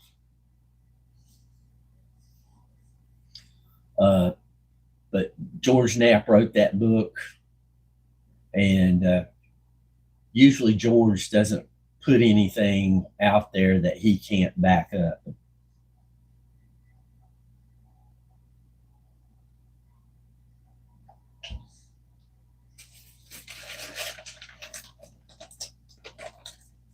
It was unusual for, oh, wow, that Dr. Pepper tastes different.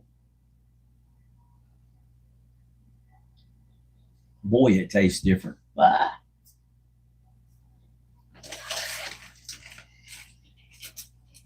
I mean, he backed up the information that got put out about Area 51 as much as he could. Bob Lazar and everything. No, I haven't. I'll have to look him up.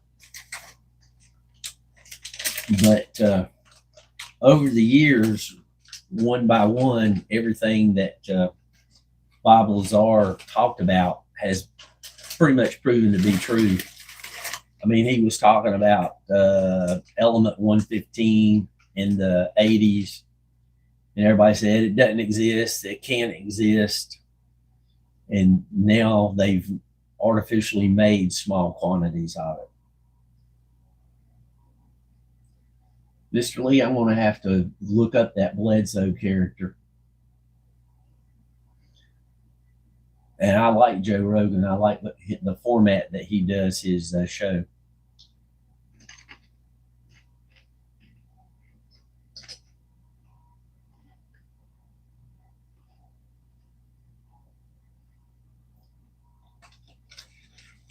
Yeah, when he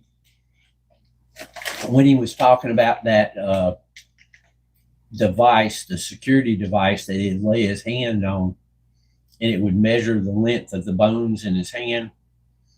Everybody said, "Oh, nothing exists like that." And then, oh shoot, I got too many names going through my head right now. The guy who made the Bob Lazar documentary a few years ago, he found the guy who maintained that equipment, and he showed Bob Lazar a picture of the piece of equipment and didn't tell him that it was coming. And he videoed showing him that, and you can see by the reaction, it was surprise, relief, all of the above.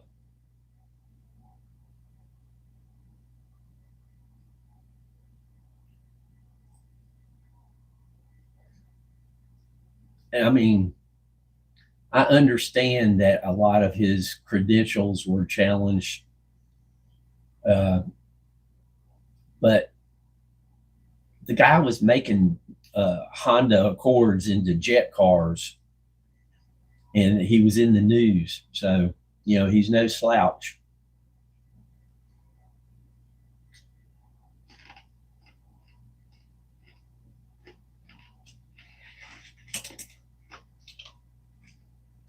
Jeremy Corbell, that's the guy who made the movie about Bob Lazar, the documentary.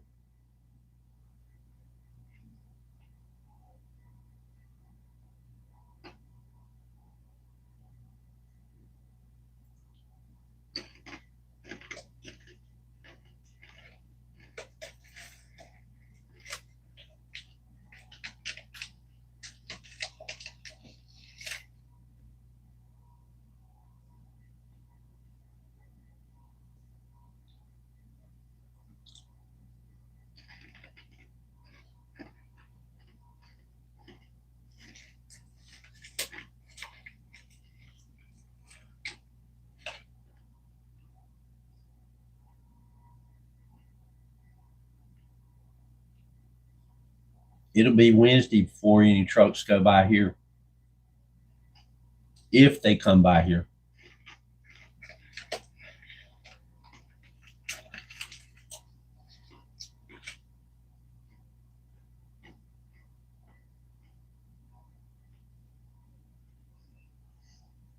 Another thing Bob Lazar was talking about in the 80s was the section of Area 51 called S4. And 15, 20 years later, they found out there was an area called S4.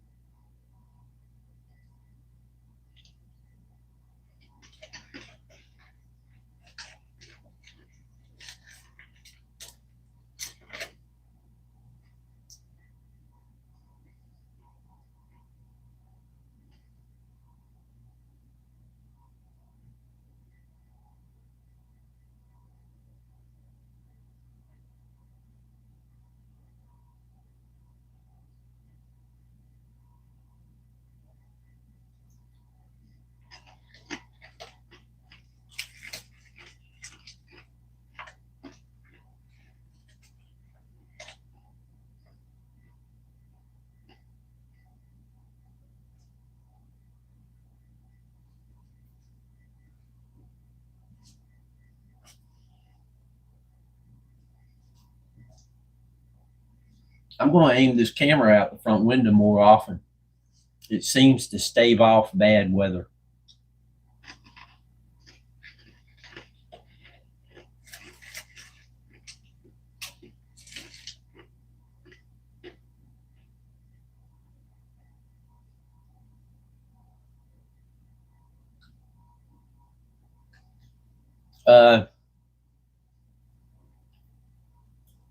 I think Chris Bledsoe, his story takes place here in North Carolina,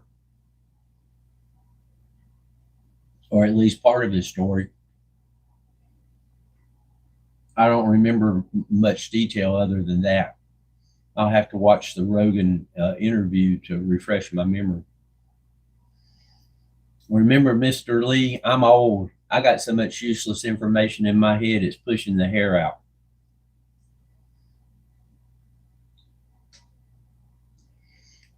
But I definitely know the name Chris Bledsoe.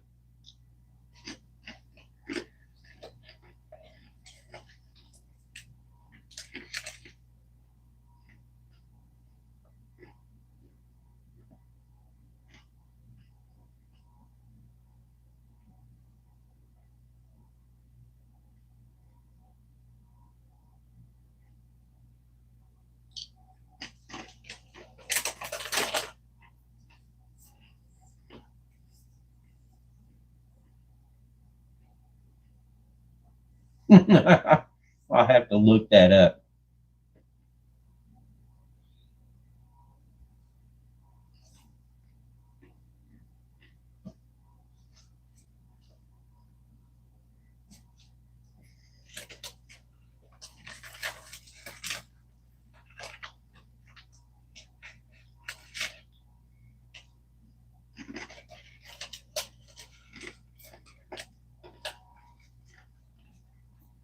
But I think at least part of his story is here in North Carolina.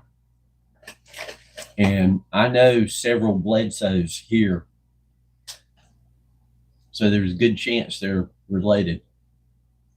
Maybe not too closely related, but related.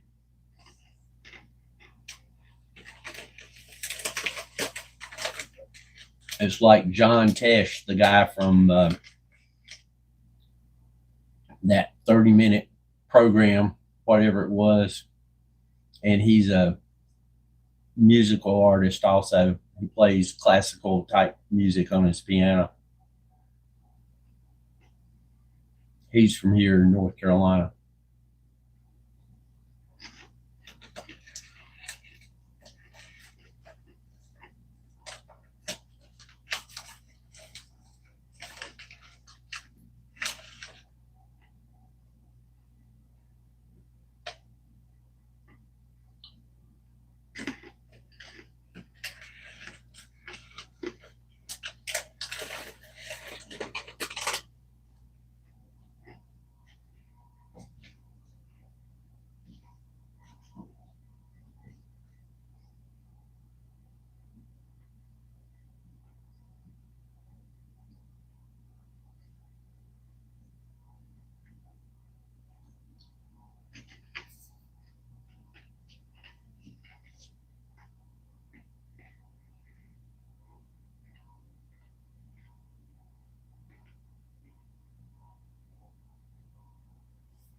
Okay.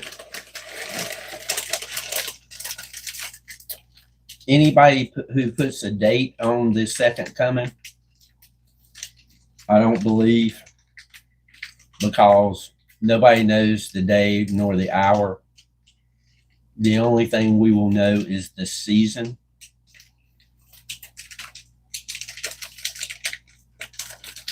It is the season.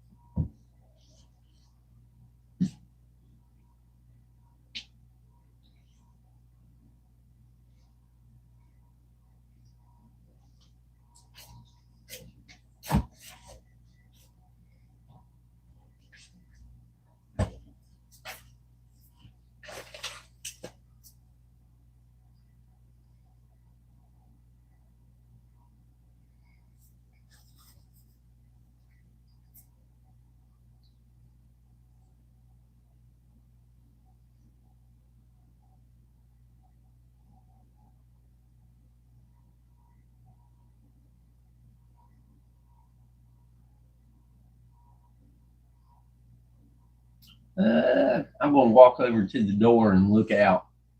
There was some stuff coming down a while ago that was very fine. The camera wasn't picking it up.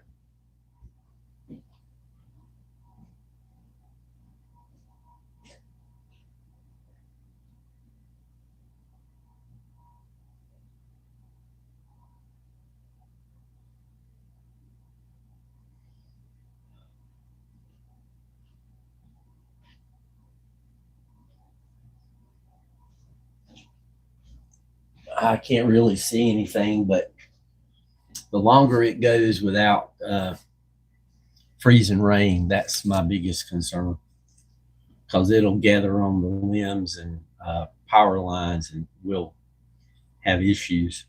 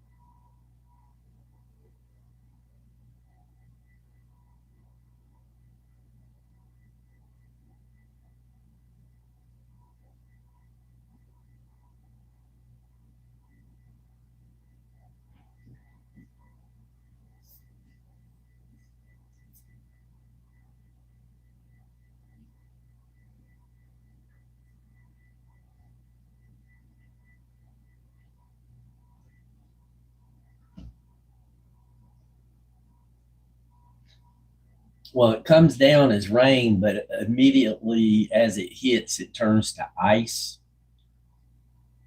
And that sticks to tree limbs pretty good and power lines.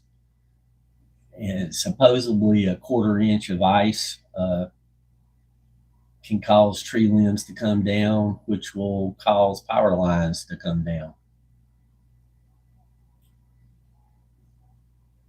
And then there's sleet, which is water falling, and instead of going into snow, it's kind of like pellets of snow almost, and that's denser than snow itself. That can be a different kind of problem.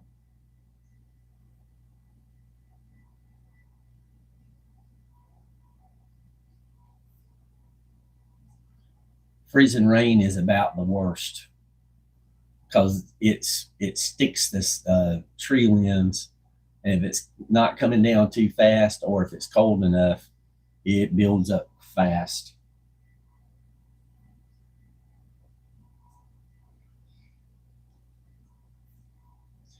you guys get a lot of rain and clouds because of the water currents, the Gulf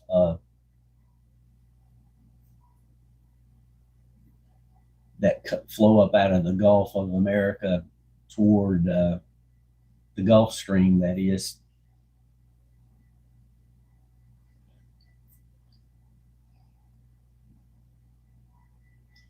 But you get a bunch of rain, I bet.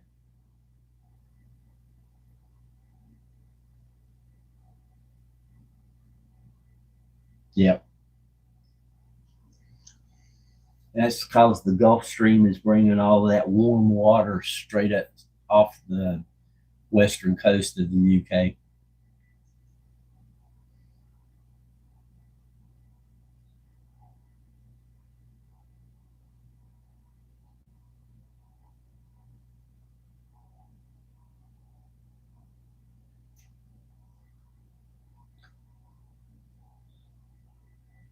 Takes a lot of heat to warm up water, and then once it's warmed up, it can take a lot of BTUs with it. Takes a lot to cool it off.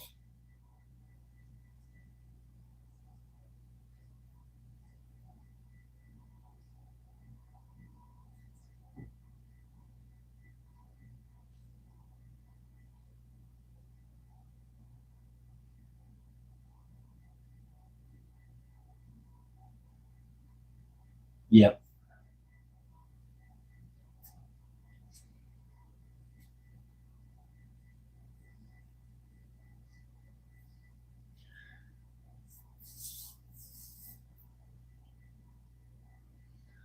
Up in our mountains, it can be high humidity a lot of the time.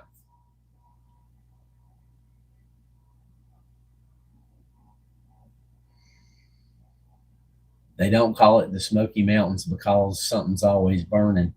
It's because the humidity is so high, it's actually kind of a fog, but it looks like they're smoking.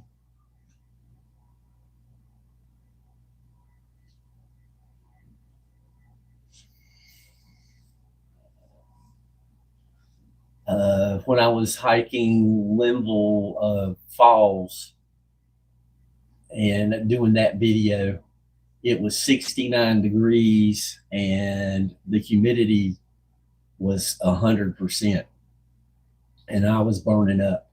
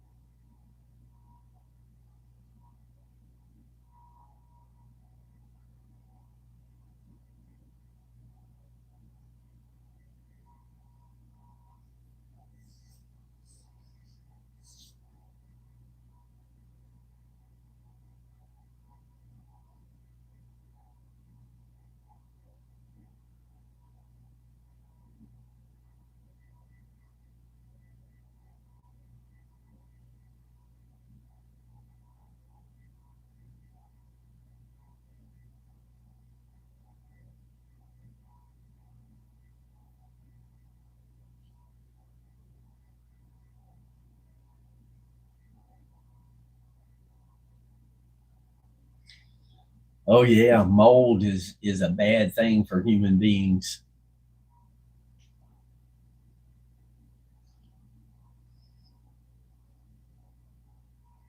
And if you've got that much humidity, mold is always an issue.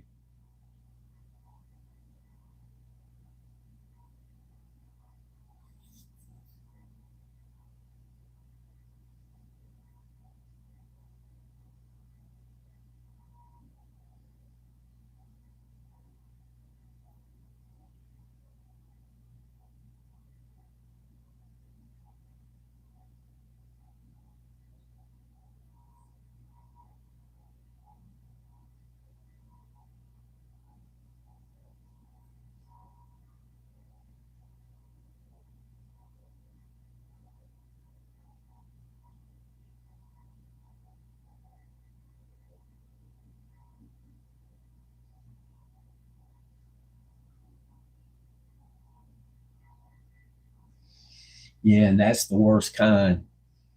Uh, I don't know how many different types of black mold there is, but I know that there's at least one type that will cause memory issues along with other health issues.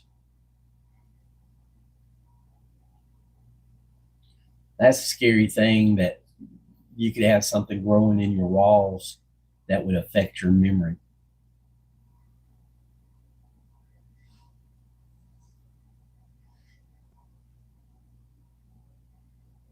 along with all other kinds of health issues.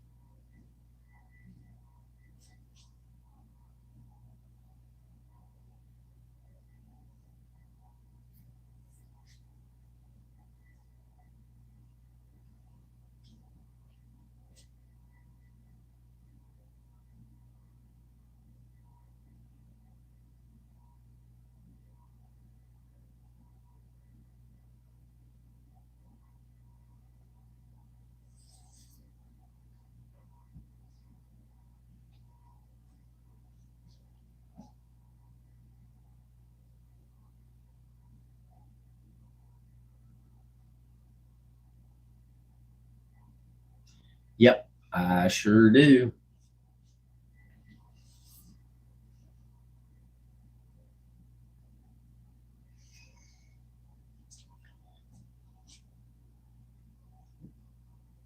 It's not always in the boss's best interest to solve a problem, because if they solve all the problems, then they don't have any excuses to take any money to solve problems.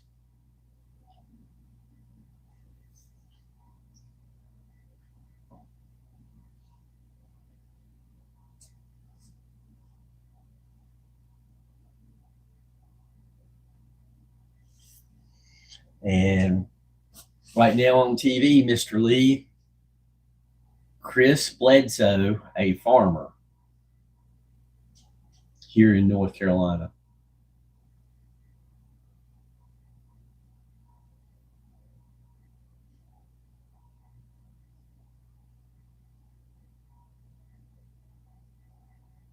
That's a coincidence.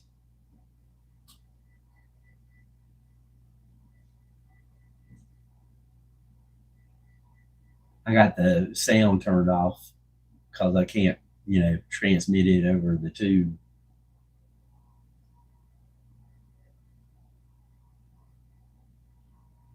Yeah, I agree with you.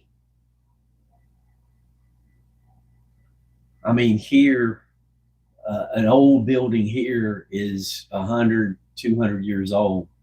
You guys in Europe, y'all got buildings 400 or 500 years old. And some of that older architecture is just phenomenal. It should be maintained I mean, people should go way out of their way to maintain that.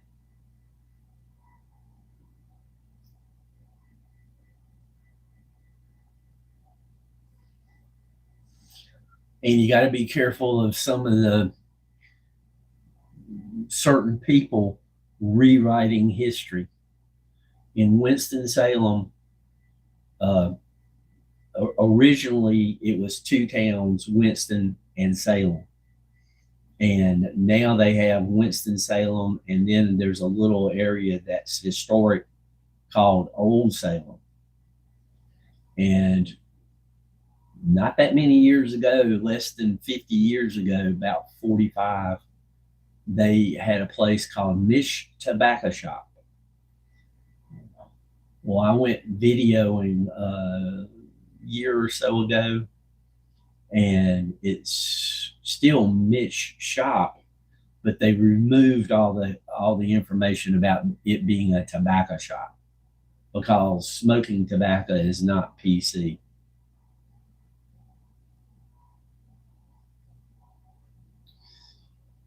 Yeah, I agree, Mr. Lee.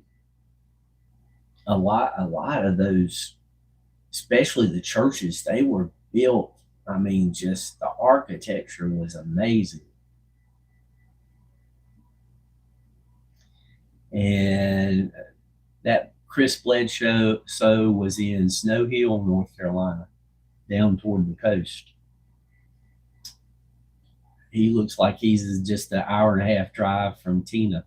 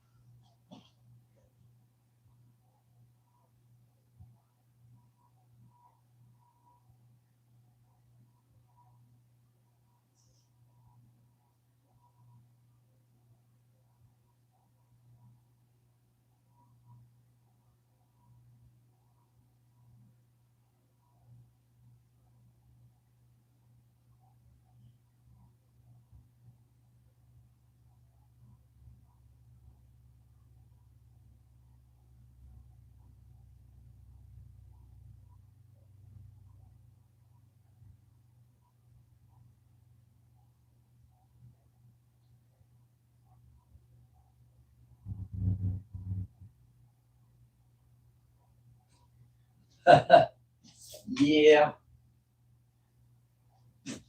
it was a farmer.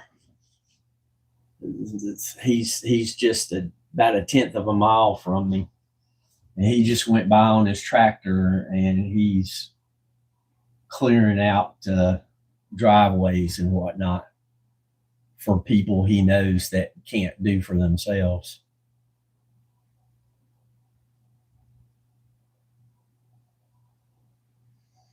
But mostly around here, the good neighbors leave you alone until something goes wrong, and then they're there to help you.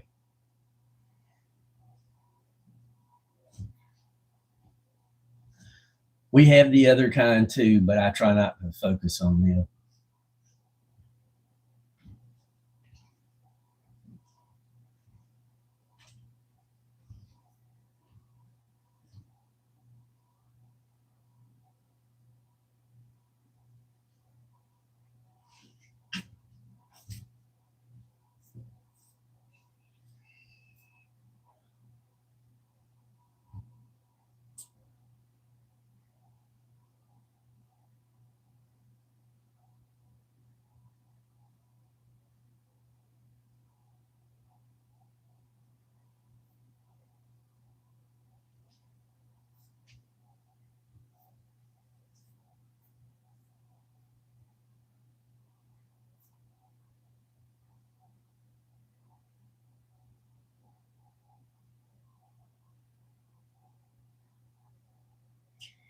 Yeah, there's somebody from the UK.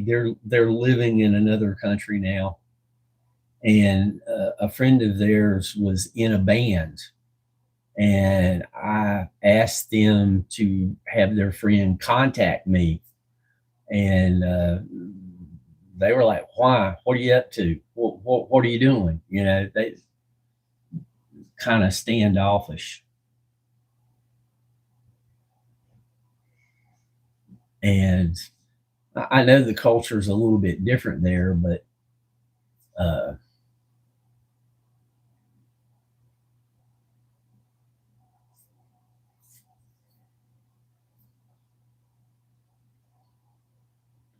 I'm across the sea. All I wanted to do was talk to the person, see if I could interview them and learn about their band and what it was like having a small band in the UK.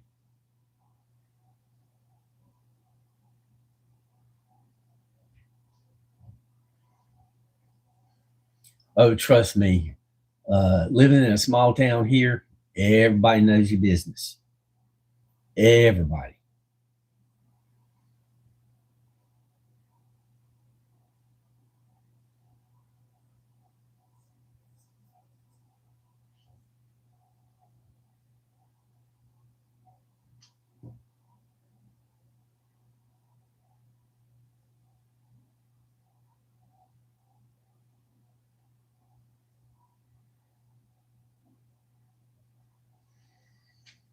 Well, I give it a go no matter what, you know, because if you don't try, you're going to fail for sure. At least if you try, you might succeed.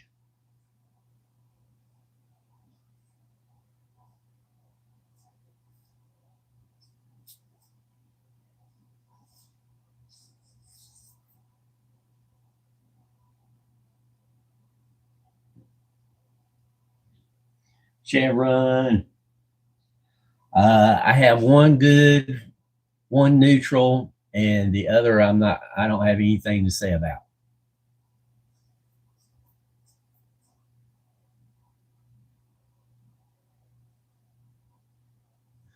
Well, one of the neighbors I got is really good. I didn't go anywhere for 2 or 3 days. My phone was ringing to find out if I was okay. So that's a good neighbor, and they've been going through a lot. So all kinds of personal issues and everything. So for them to do that, that's pretty doggone good.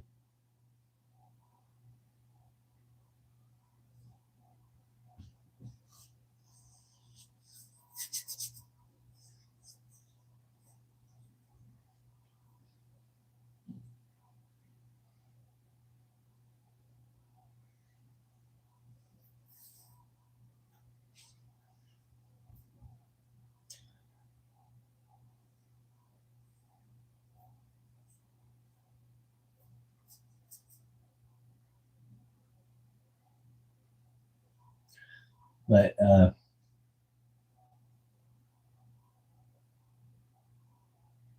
yep, Sharon, you just described one of mine. So uh, it is not uncommon to be driving down the road and people in the cars that you meet will wave at you. That is not an every person thing, but there's a lot of people that's like that here. And if it's two people in a pickup truck, probably 80-90% of them, they're going to wave at you if you're in a pickup truck. And uh, it is almost a rule that if you're riding a motorcycle and oncoming motorcycle is coming by, you wave.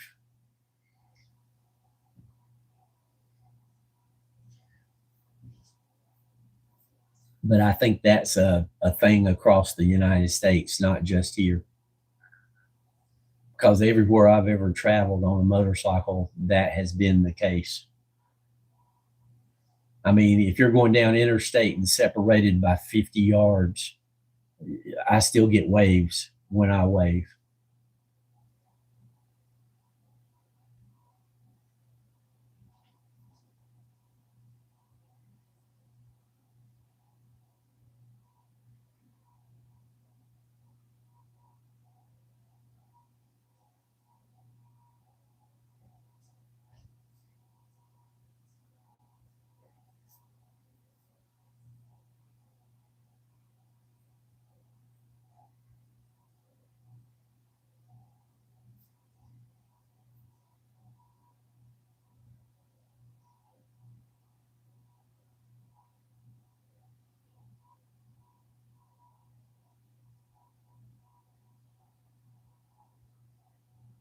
I understand that one, Sharon.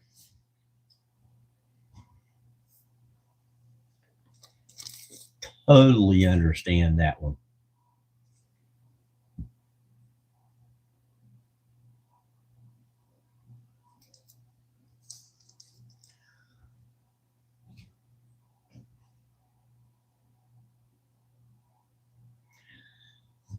There are just people on this planet these days that will not let you be nice to them. They have a preconceived notion that all kinds of different things that are just not factual.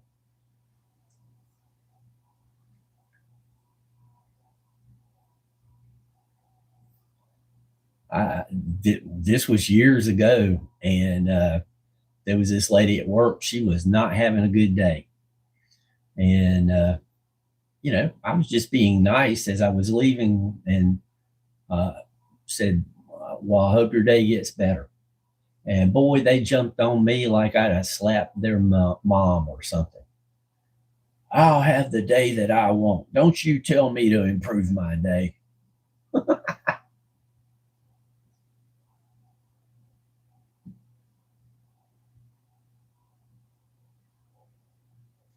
Oh man, sounds good there, buddy. I look forward to when you get the email thing straightened out, and I want to see pictures of that 350.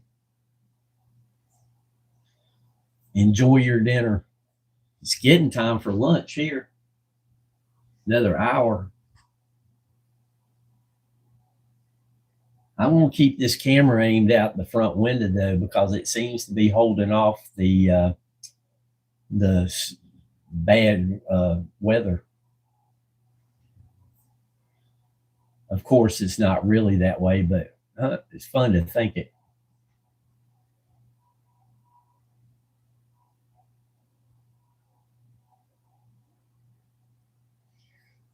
Yeah, it's always great to see Mr. Lee. He got to hang out for a while. That's a special treat.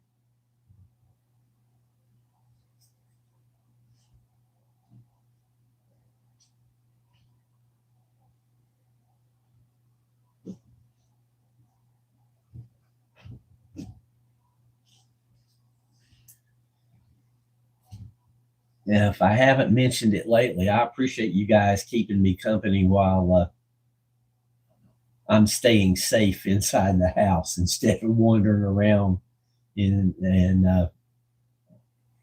on the icy roads and such.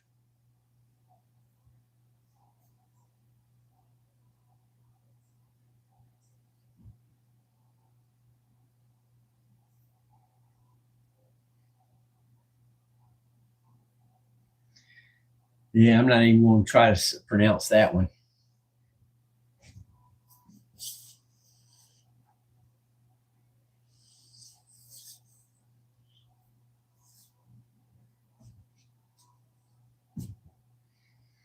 Oh, thank you, Nightbot. I said it, and then Nightbot backed me up. Timing is everything.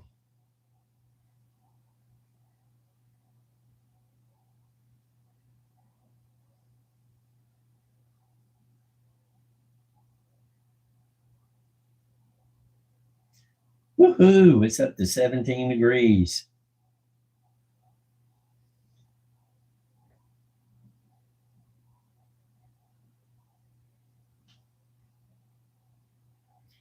Instead of looking out the door, I'm going to go look out the window. I'll be away from the microphone for a minute.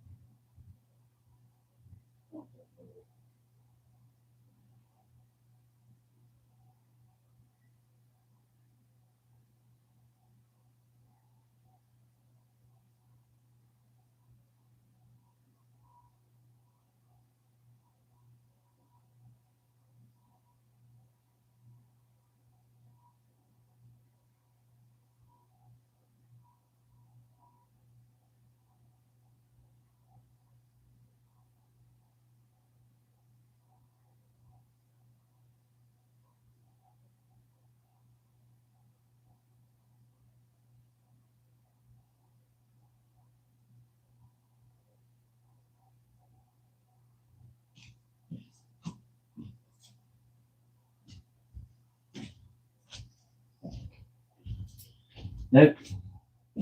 Even looking out the window, I can't see anything coming down.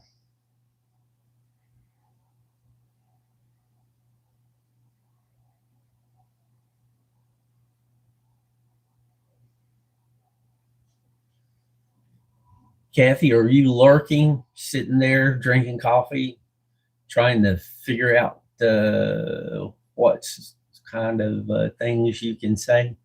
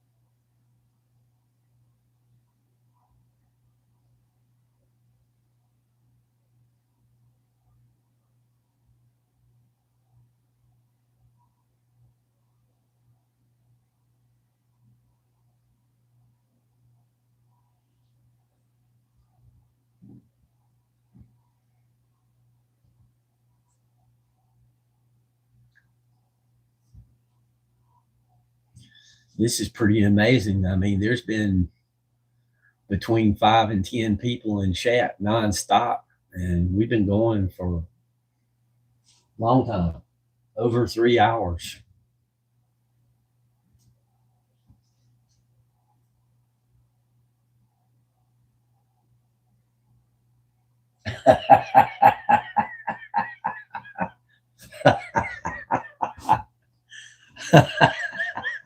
Roger, if she's listening, you're in trouble.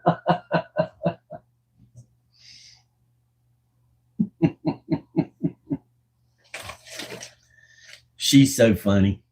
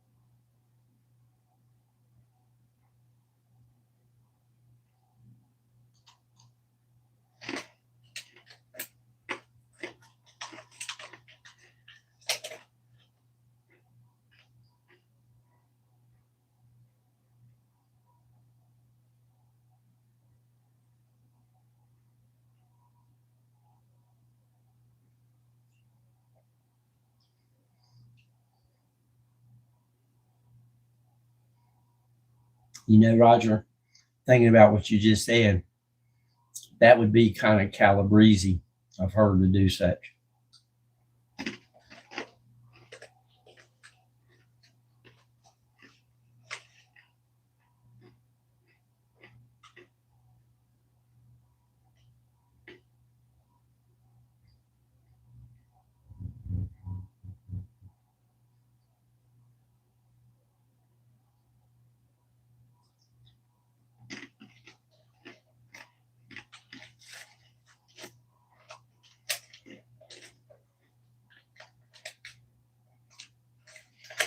You know, I learned that word from Mike. I might should look up the definition before I start saying it, because who knows what Mike is getting people to say.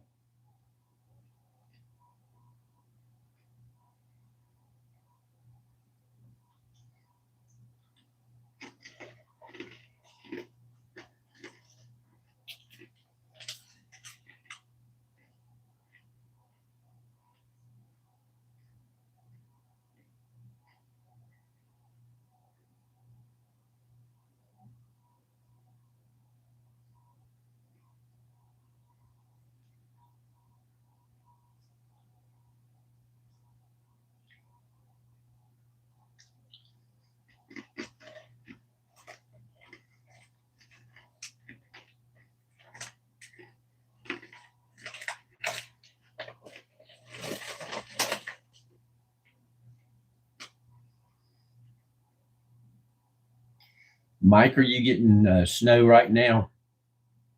Or what kind of weather is falling that way? And I do wish Kathy was here to tell me what was going on in Ohio.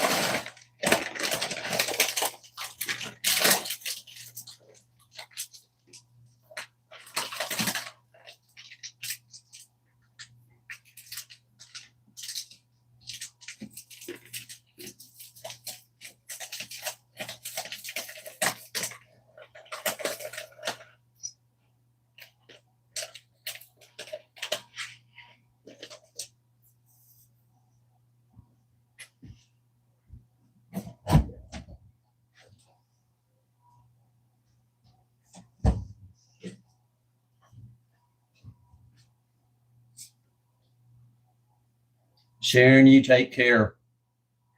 And thank you for hanging out. We appreciate you.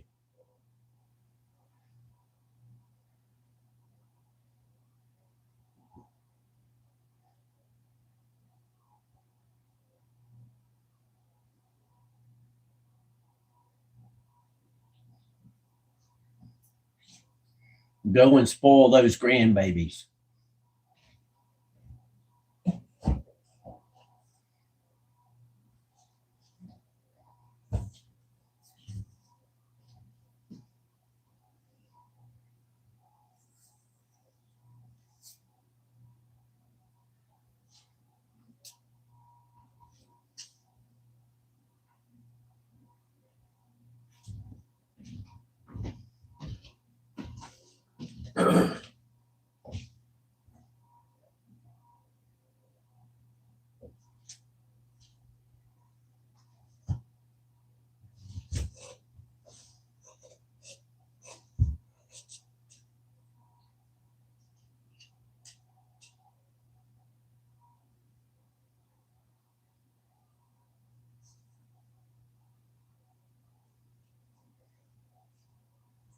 Richie, how you doing, young man?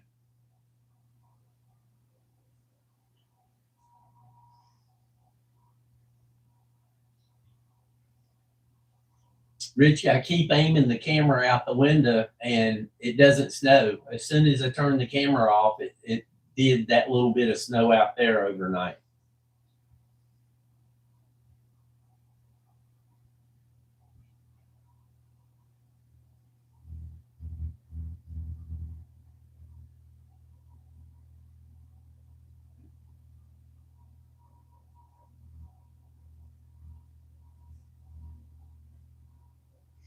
Well, I haven't left the house and don't plan on leaving the house until Tuesday.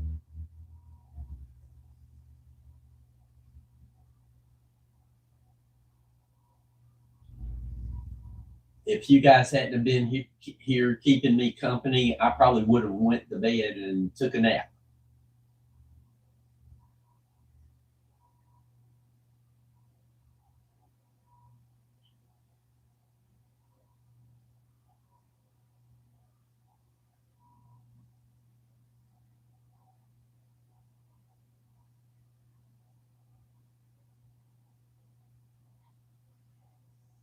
It looks like a couple of inches in the front yard. That's about it.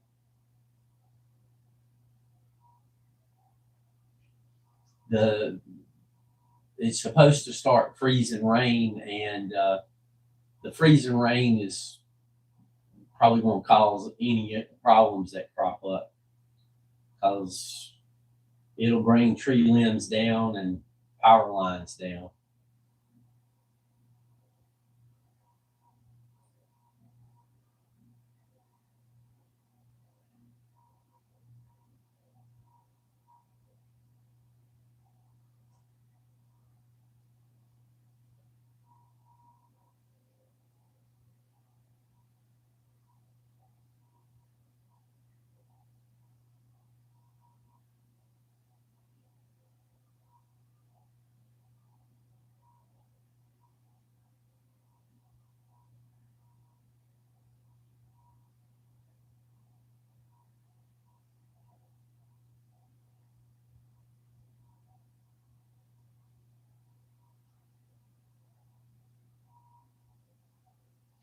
Wow, that's too much snow.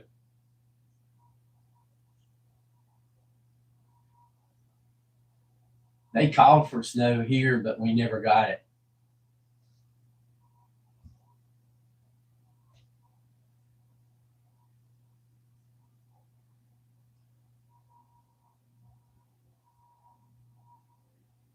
Eka, I was afraid you got lost in the snow.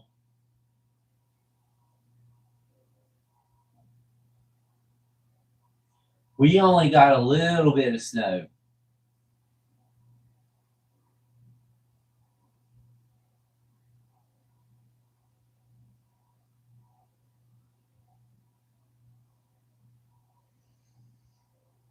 Yeah, I can't remember. We'll find out.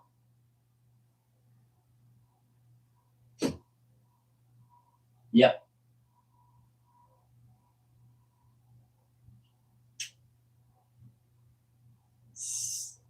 See, little Eka, she is a busy, hardworking individual.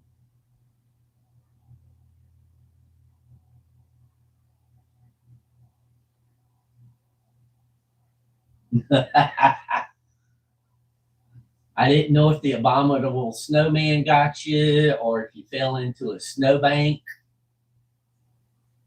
I'm just glad you're okay.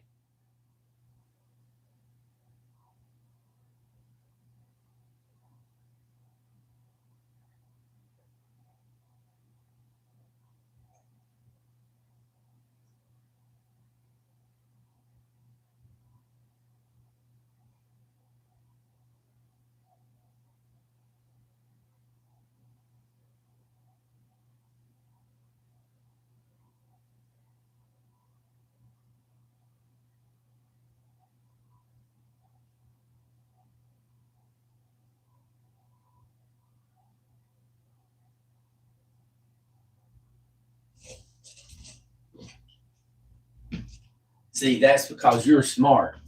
All I did was walk around the house for the last 3 hours.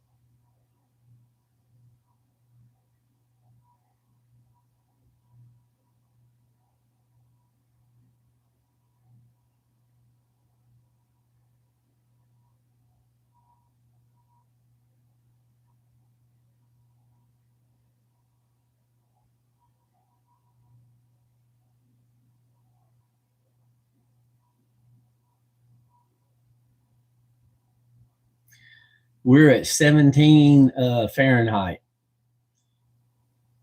We started out this morning at 15.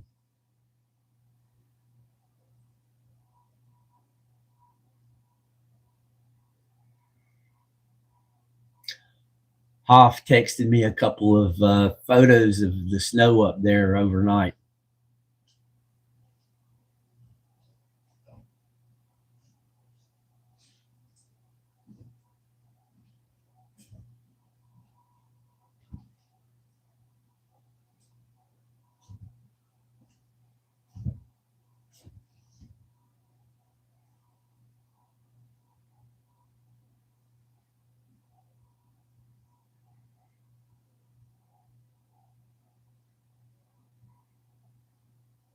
Face the ace. What you say, young man?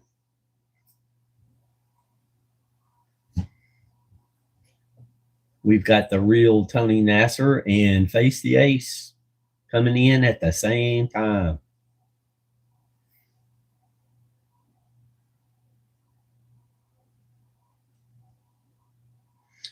Oh, really?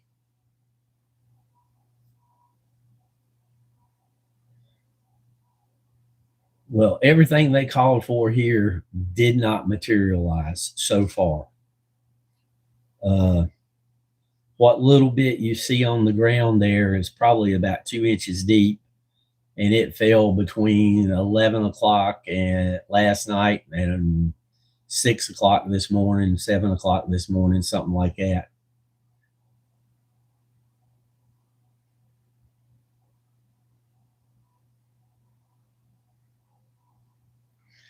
Uh, but they were calling for anywhere from 22 inches of snow to 5 inches of sleet, and neither one materialized, thank goodness, because either one of those two would have been really bad on the power grid.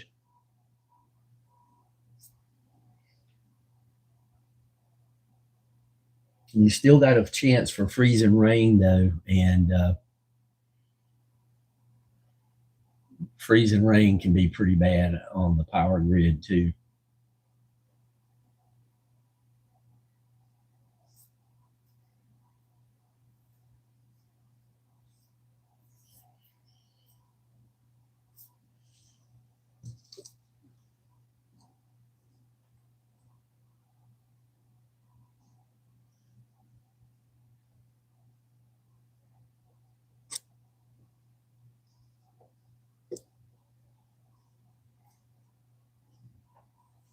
Oh yeah, I'm staying inside.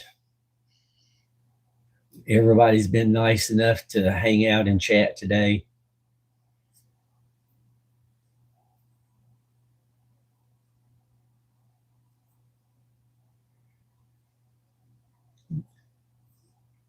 I have no reason to venture out.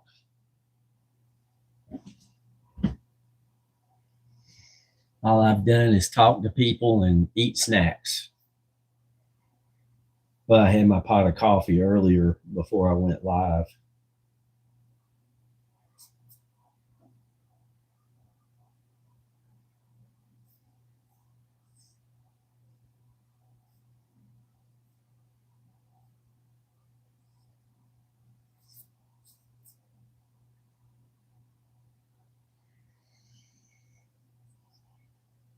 Tony, Moggs and Stevie B, they're down in Florida. They said they're going to be 85 degrees today.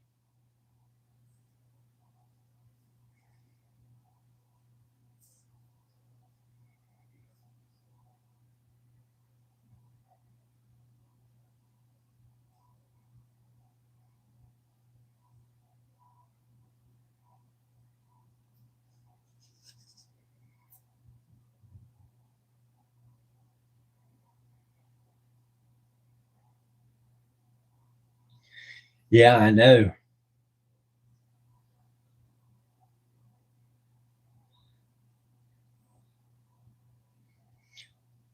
We might not get above freezing for a couple of days.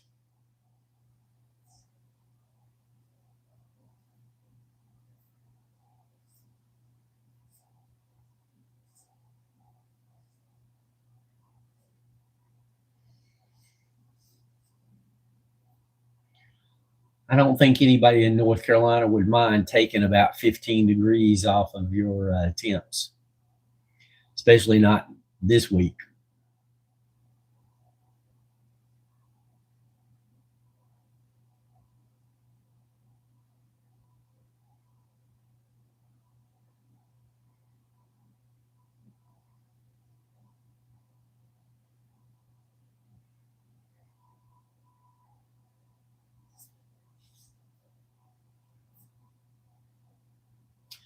But right now, your February is about like our July.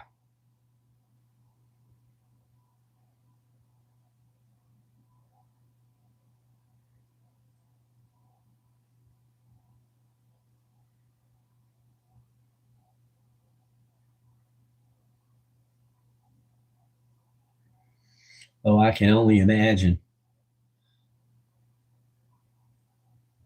What time is it there now? 1 o'clock no, 1 o'clock Monday morning.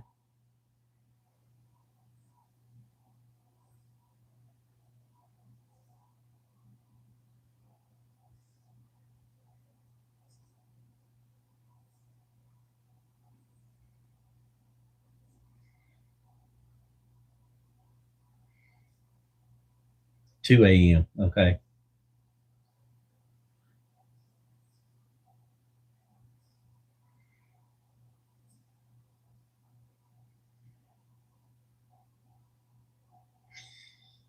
Yeah, in some ways, I agree with you, Roger.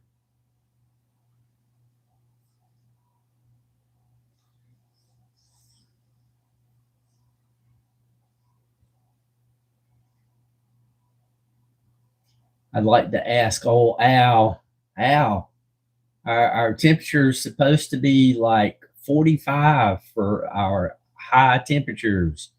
We're not even going to get into the 20s today.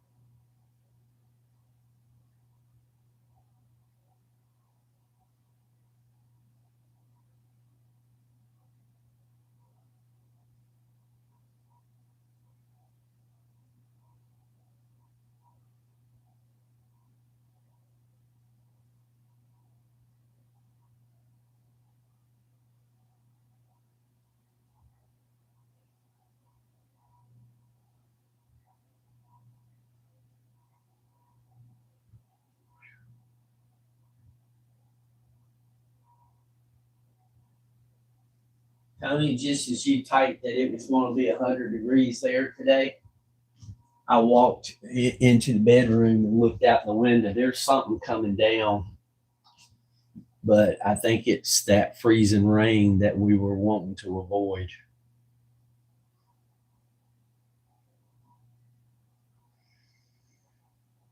We'll tell in a few minutes because the tree will start to look very shiny before long if that's the case.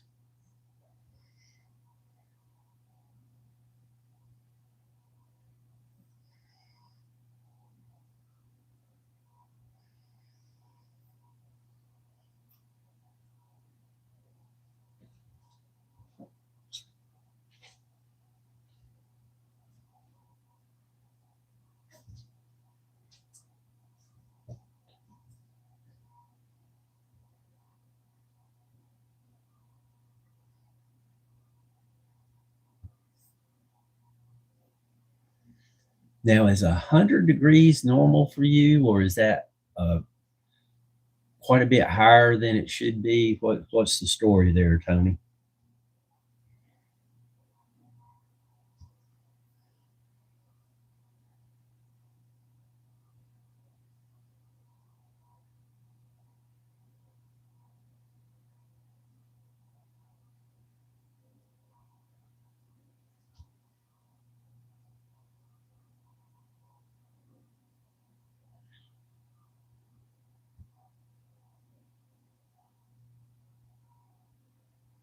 Oh, okay.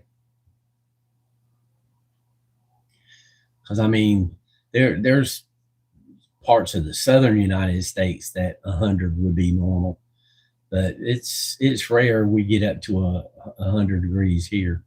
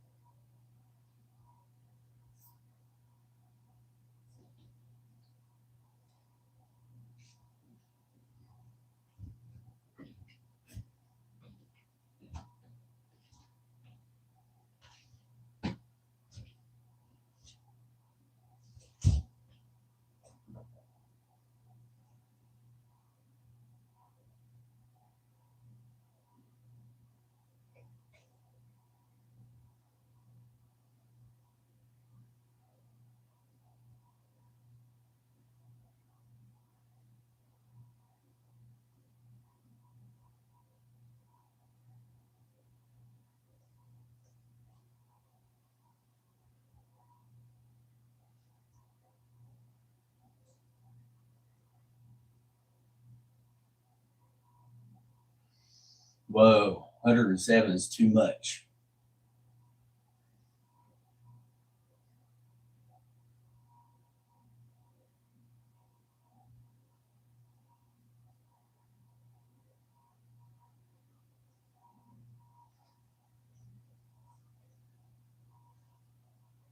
No, that's too high, especially if there's any humidity. It can get that warm out west, but the humidity is usually pretty low.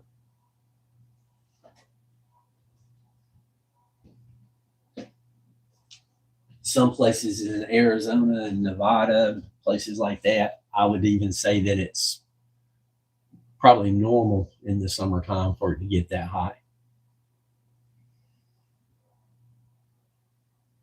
But they have almost zero humidity.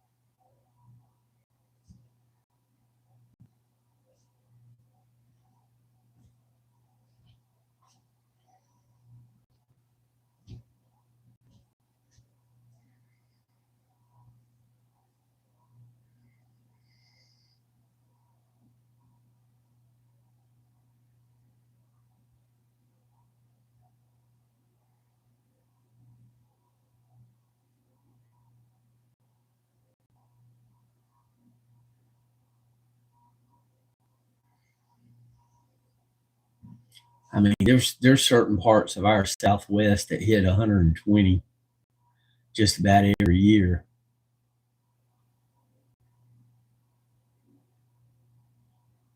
I mean, that's hot no matter what, but it being a low humidity situation, it's not as bad as it could be.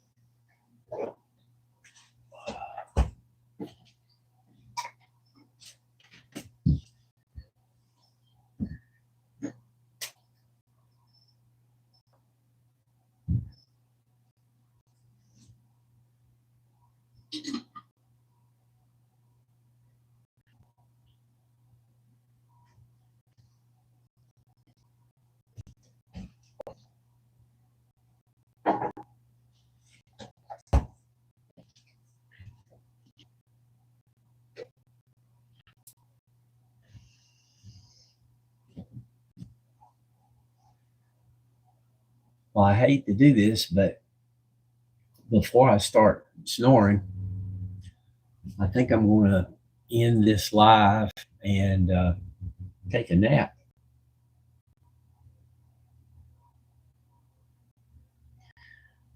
Well, if you can stay inside where you're comfortable, please do so. And everybody here with all this crazy weather, stay inside where it's safe if you can.